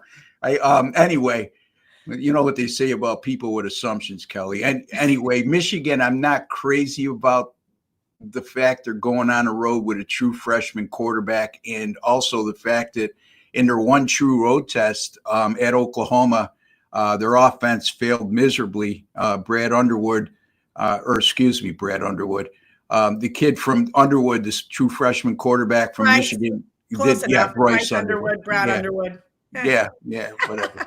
In any event, that's why I just try to beat numbers and not on ESPN talking about names. Anyway, I think Nebraska's on the right track, getting off tangent here. So, but to answer your question, and I have a small lean toward Nebraska here. I think that this is a statement game for them. They're bringing in a brand name school in Michigan. I don't think Michigan's that good as they've been in past years. But this is Nebraska's opportunity at home and to make a statement and say, hey, we're relevant again. And if they're ever going to do so, this is their chance, because if they fail miserably here, it's going to be talk of the same old Nebraska over and over again. All right, Ross, before we get out of here, let everybody know what you got over at WagerTalk.com. Steve Merrill, I see him waiting in the wings. So if you guys have a question for Steve, drop it in the chat. Ross, Red Hot Ross. I know everybody likes to call you Ross the boss, but I'm going to call you Red Hot Ross instead. Okay. Whatever you call me is fine with me, Kelly. 4-0 last week in college football, 10-5 to start the year. I sent you the couple of streaks I have in college football going back to last year. Now we're 70-40 with our last 110 college football premium picks. I believe that's 64%. Since 2023, up over 96 units in college football, which is number one at WagerTalk.com in that category. Major League Baseball continues to roll too, folks. Number one in Major League Baseball as we speak. So a lot of good stuff. 4 big plays today. One goes at noon Eastern time. My 5% best bet goes tonight in a national TV game. 2 games at 3:30. Take advantage, folks. We're on a really nice roll. And again, $49 Weekend Warrior special, folks. It's $35 for my college football 5% best bet today. You're going to get the rest of my college football. You're going to get all of my NFL tomorrow, my Monday night pick in the NFL. Take advantage of that. $49, my personal link, wt.buzz/RB, wt.buzz/RB. And don't forget to check out our show on Thursdays, The Blitz, with Brian Power, Ralph Michaels, and myself, as we highlight all the big games of the week. And you'll get an early take from us every Thursday live at 1 o'clock, right Eastern time, right here at Wager Talk TV. Yep, Wager Talk TV, Wager Talk YouTube channel. You can catch Ross, Brian Power, and Ralph Michaels talking all the college football. Great show on The Blitz. If you guys haven't caught that over there, you can also listen to it on all of your podcast networks. Thank you to Ross. We've got 21 minutes until kickoff. We got Steve Merrill coming in to take us right up until kickoff, as long as you guys have a question. Good morning, Steve Merrill. There we go. Got to get the W on. The W plays. Yes, I bought polos for all these guys, and now Steve Merrill's the only one that wears them. Him and Adam Trigger. Steve. Kelly, by the way, the best part of the shirt is the sleeve, man. We got to do this on the front next time. Okay, listen, I was just trying to mix it up.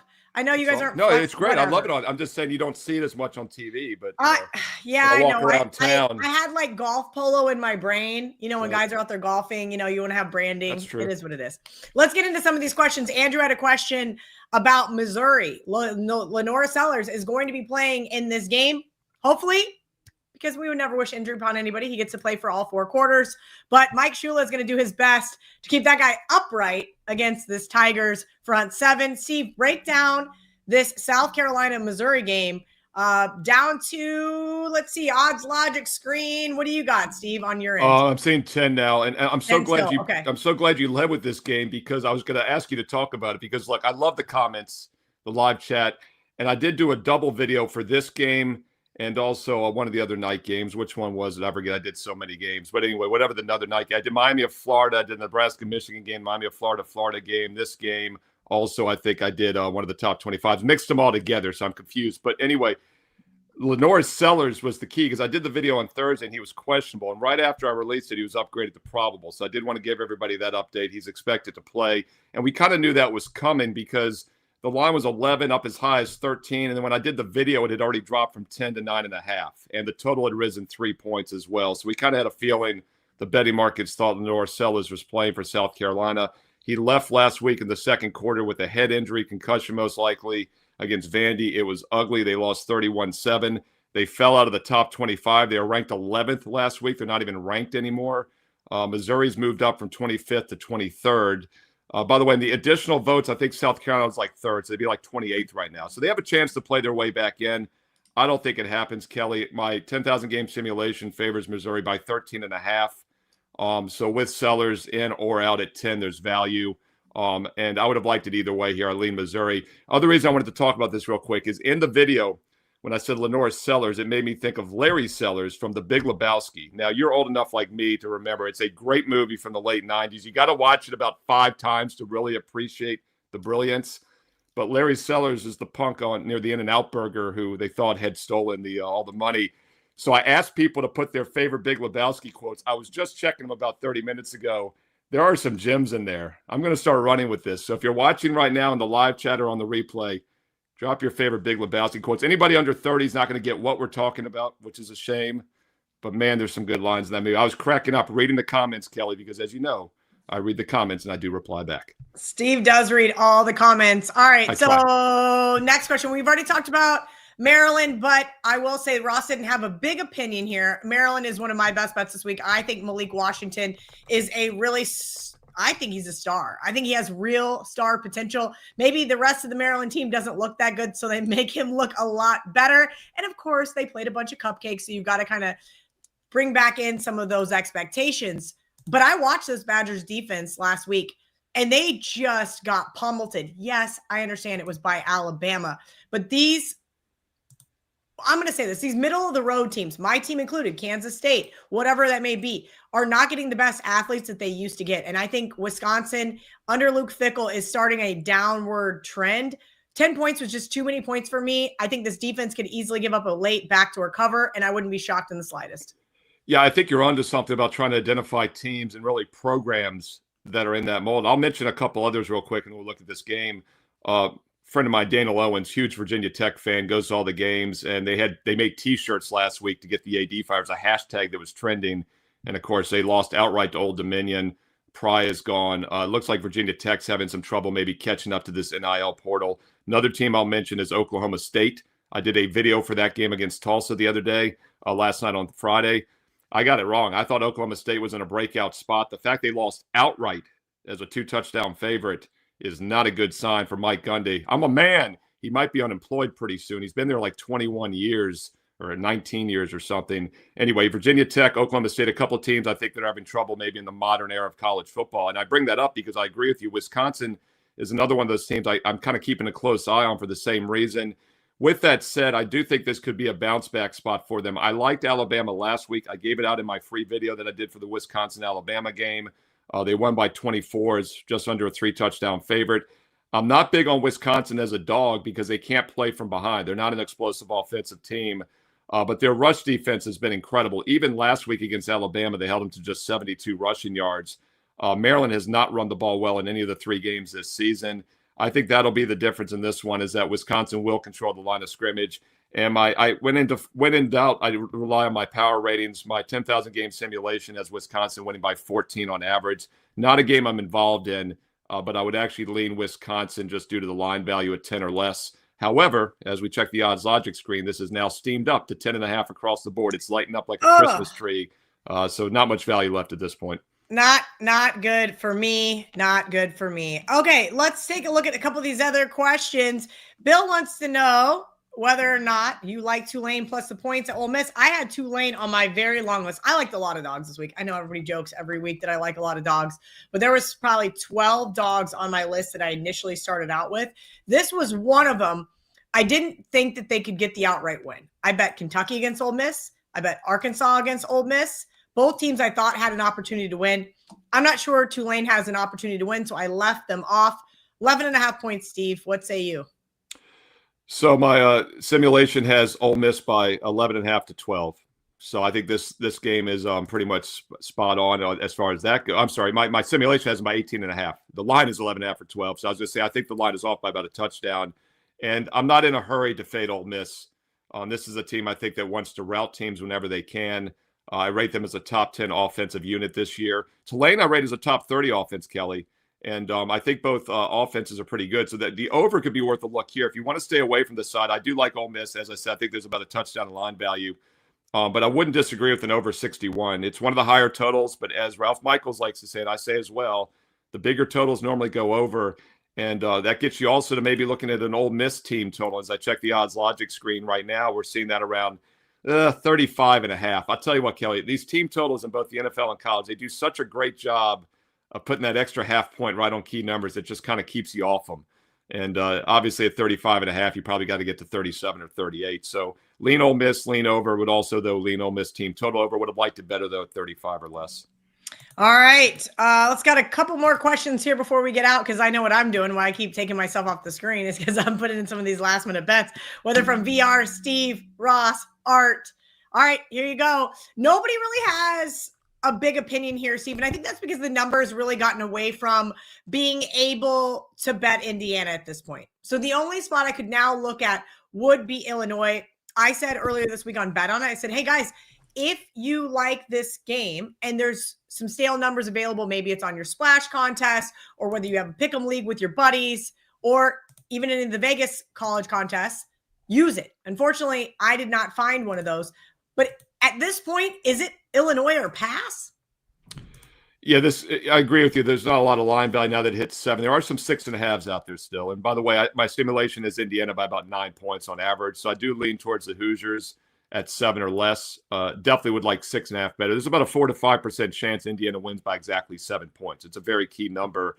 I did a breakdown of this one in my top 25 video, which is another one of those free videos here on the channel. And the one thing I point out in that is that both these teams have played extremely weak opponents so far. I do an updated schedule rank every week on my power ratings, and I rate both of these teams have played like bottom 20 schedules so far. They both have looked impressive doing it. I did have a strong best bet winner last week for my clients on Illinois when they shut out Western Michigan, so I'm not against the Illini. I think they're an explosive team. They're good on both sides, but Indiana was even more impressive. What was it, 73-0 against Indiana State? Larry Bird and company.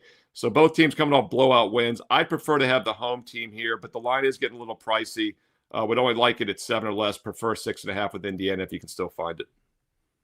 All right, guys, if you're looking for a college ATS contest, then it has that game, slashsports.com/Kelly in Vegas. You guys have 12 minutes to sign up. And currently there is still a $2,000 overlay. So next time Steve talks about Kansas, West Virginia, I'm going to go in and get myself a couple more entries. Andrew wants to know about the total, but I did play 12.5 with West Virginia here in a lot of the contests. I did not get to the window with them with my hard-earned money, Steve. Here's a real reality. I think West Virginia is on the upward swing, right? Couldn't have been much worse there the last couple of seasons, but Rich Rod has his team moving in the right direction.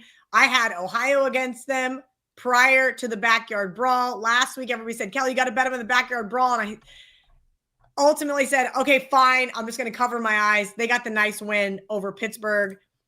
Thoughts on this one? I'm not sure that West Virginia's defense is getting enough love. I think this could be a rough day for Jalen Daniels, excuse me. Yeah, is that why he's not with not my Washington Commanders tomorrow? Is he going back to college? I don't know what the rules nowadays. Why can't you, right? You're getting paid either way, and he's got eligibility left. I think he actually could. We've talked about this. Could someone like Tom Brady, I don't know if Brady left early, but could Tom Brady or LeBron James could go back and get paid. We'll talk about that more when the basketball comes around. But this NIL is a mess. You mentioned Rich Rodriguez, and I mentioned teams like Gundy with Oklahoma State. Has it maybe passed him by? So we'll keep an eye on West Virginia. With that said, I do like the Mountaineers in this game.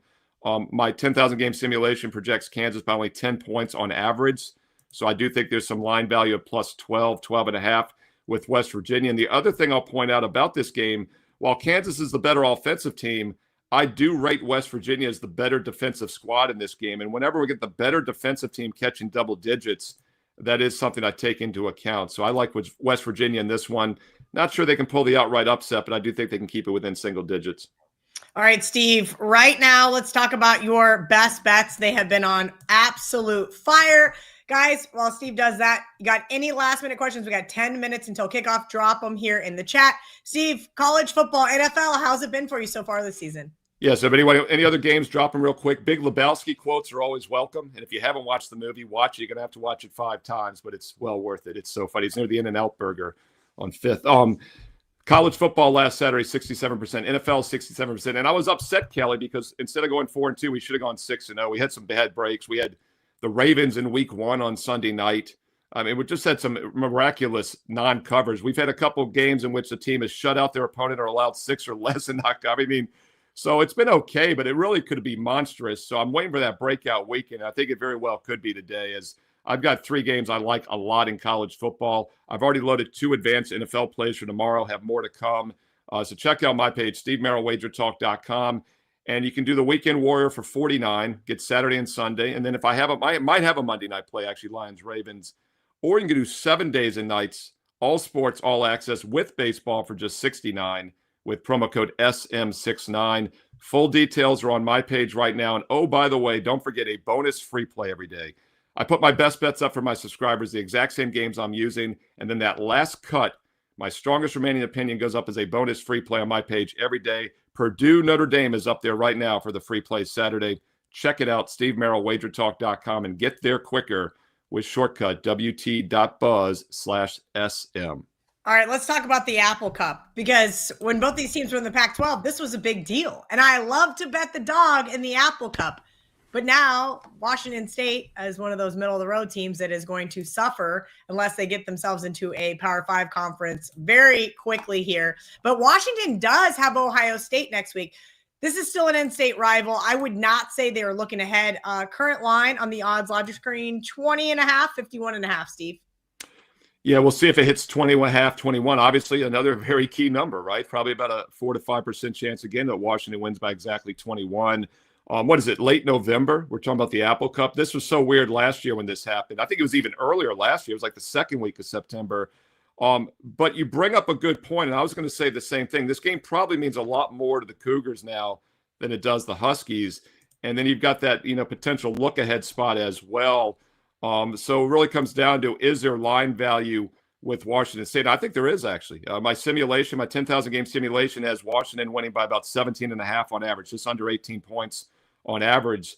So we got to get 20.5, not good enough, but at plus 21 or more, I do think there's some value here. And I thought also, as you said, I think there's an intrinsic edge maybe with the rival dog. And this is something we do talk more about in November with the rivalries, that teams that aren't going bowling, you hit that big dog, they sometimes have something to play for. Very unusual situation when we talk about it in September, but I think it makes sense here. And Washington had the bye last week, Ohio State next week. Just a weird scheduling spot for the Huskies this early in the season. Very, very good catch there. That was not a game that was even on a list of mine.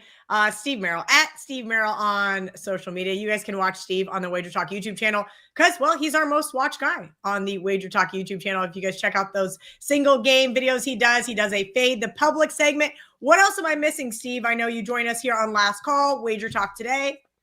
Yeah, so the college football top 25 video is up right now. We touched on some of those games, but there are 3 head-to-heads. And then, of course, as you know, Kelly, I always go a little bit deeper. 3 bonus games that are just a bit outside from the top 25. So it's really a top 40 video. 6 games for free. Also 5 other college football games for free in videos. And then the NFL, I think we've got 3 of them up now. Going to have the Monday night video up as well. Always do the Sunday night video. Chiefs and Bills. By the way, Chiefs and Giants, the other blue team from New York. That's how my mind works. I gave a free player prop in that video. I don't really do player props. A Patrick Mahomes prop that I like a lot. And that's free in that video. Just went up this morning. And then, yes, I'm recording Fade the Public right after this with Dan the Man Alexander. So that'll be up in a few hours, hopefully. All you got to do is click subscribe here on Wager Talk TV and click the bell. You get an instant alert when you click that bell. You never miss out on the free videos. And if you're liking them, thumbs up, like, and comment below because we do truly read the comments and reply back here on Wager Talk TV. Absolutely. Thank you guys for hanging out with us here on this beautiful Saturday morning. We got less than 5 minutes till kickoff, so I got to get out of here because I got to get up some of these last minute bets. People are asking in the comment section, yeah, I want to take that under in SMU, TCU. Kelly, from a mathematical EV perspective, if you have 5 or 6 survivor picks, how many would you put on Seattle tomorrow? That's a very good question. I like the Saints a lot. That were my best bet this week on Bet on It. There is a reason why I did not play the Saints in any of my the Seahawks in any of my survivor picks. I like the Saints a lot. If you want to diversify, I think I would probably do one at the most to Seattle. I know a lot of people are doing 2 Seattle, 2 Bucks, and already had done 2 Bills. Best of luck for you guys. I will be cheering for chaos. Thank you to the almost 4,000 of you hanging out with us here. We will see you guys tomorrow, same time, same place. Good luck on all your college football bets today.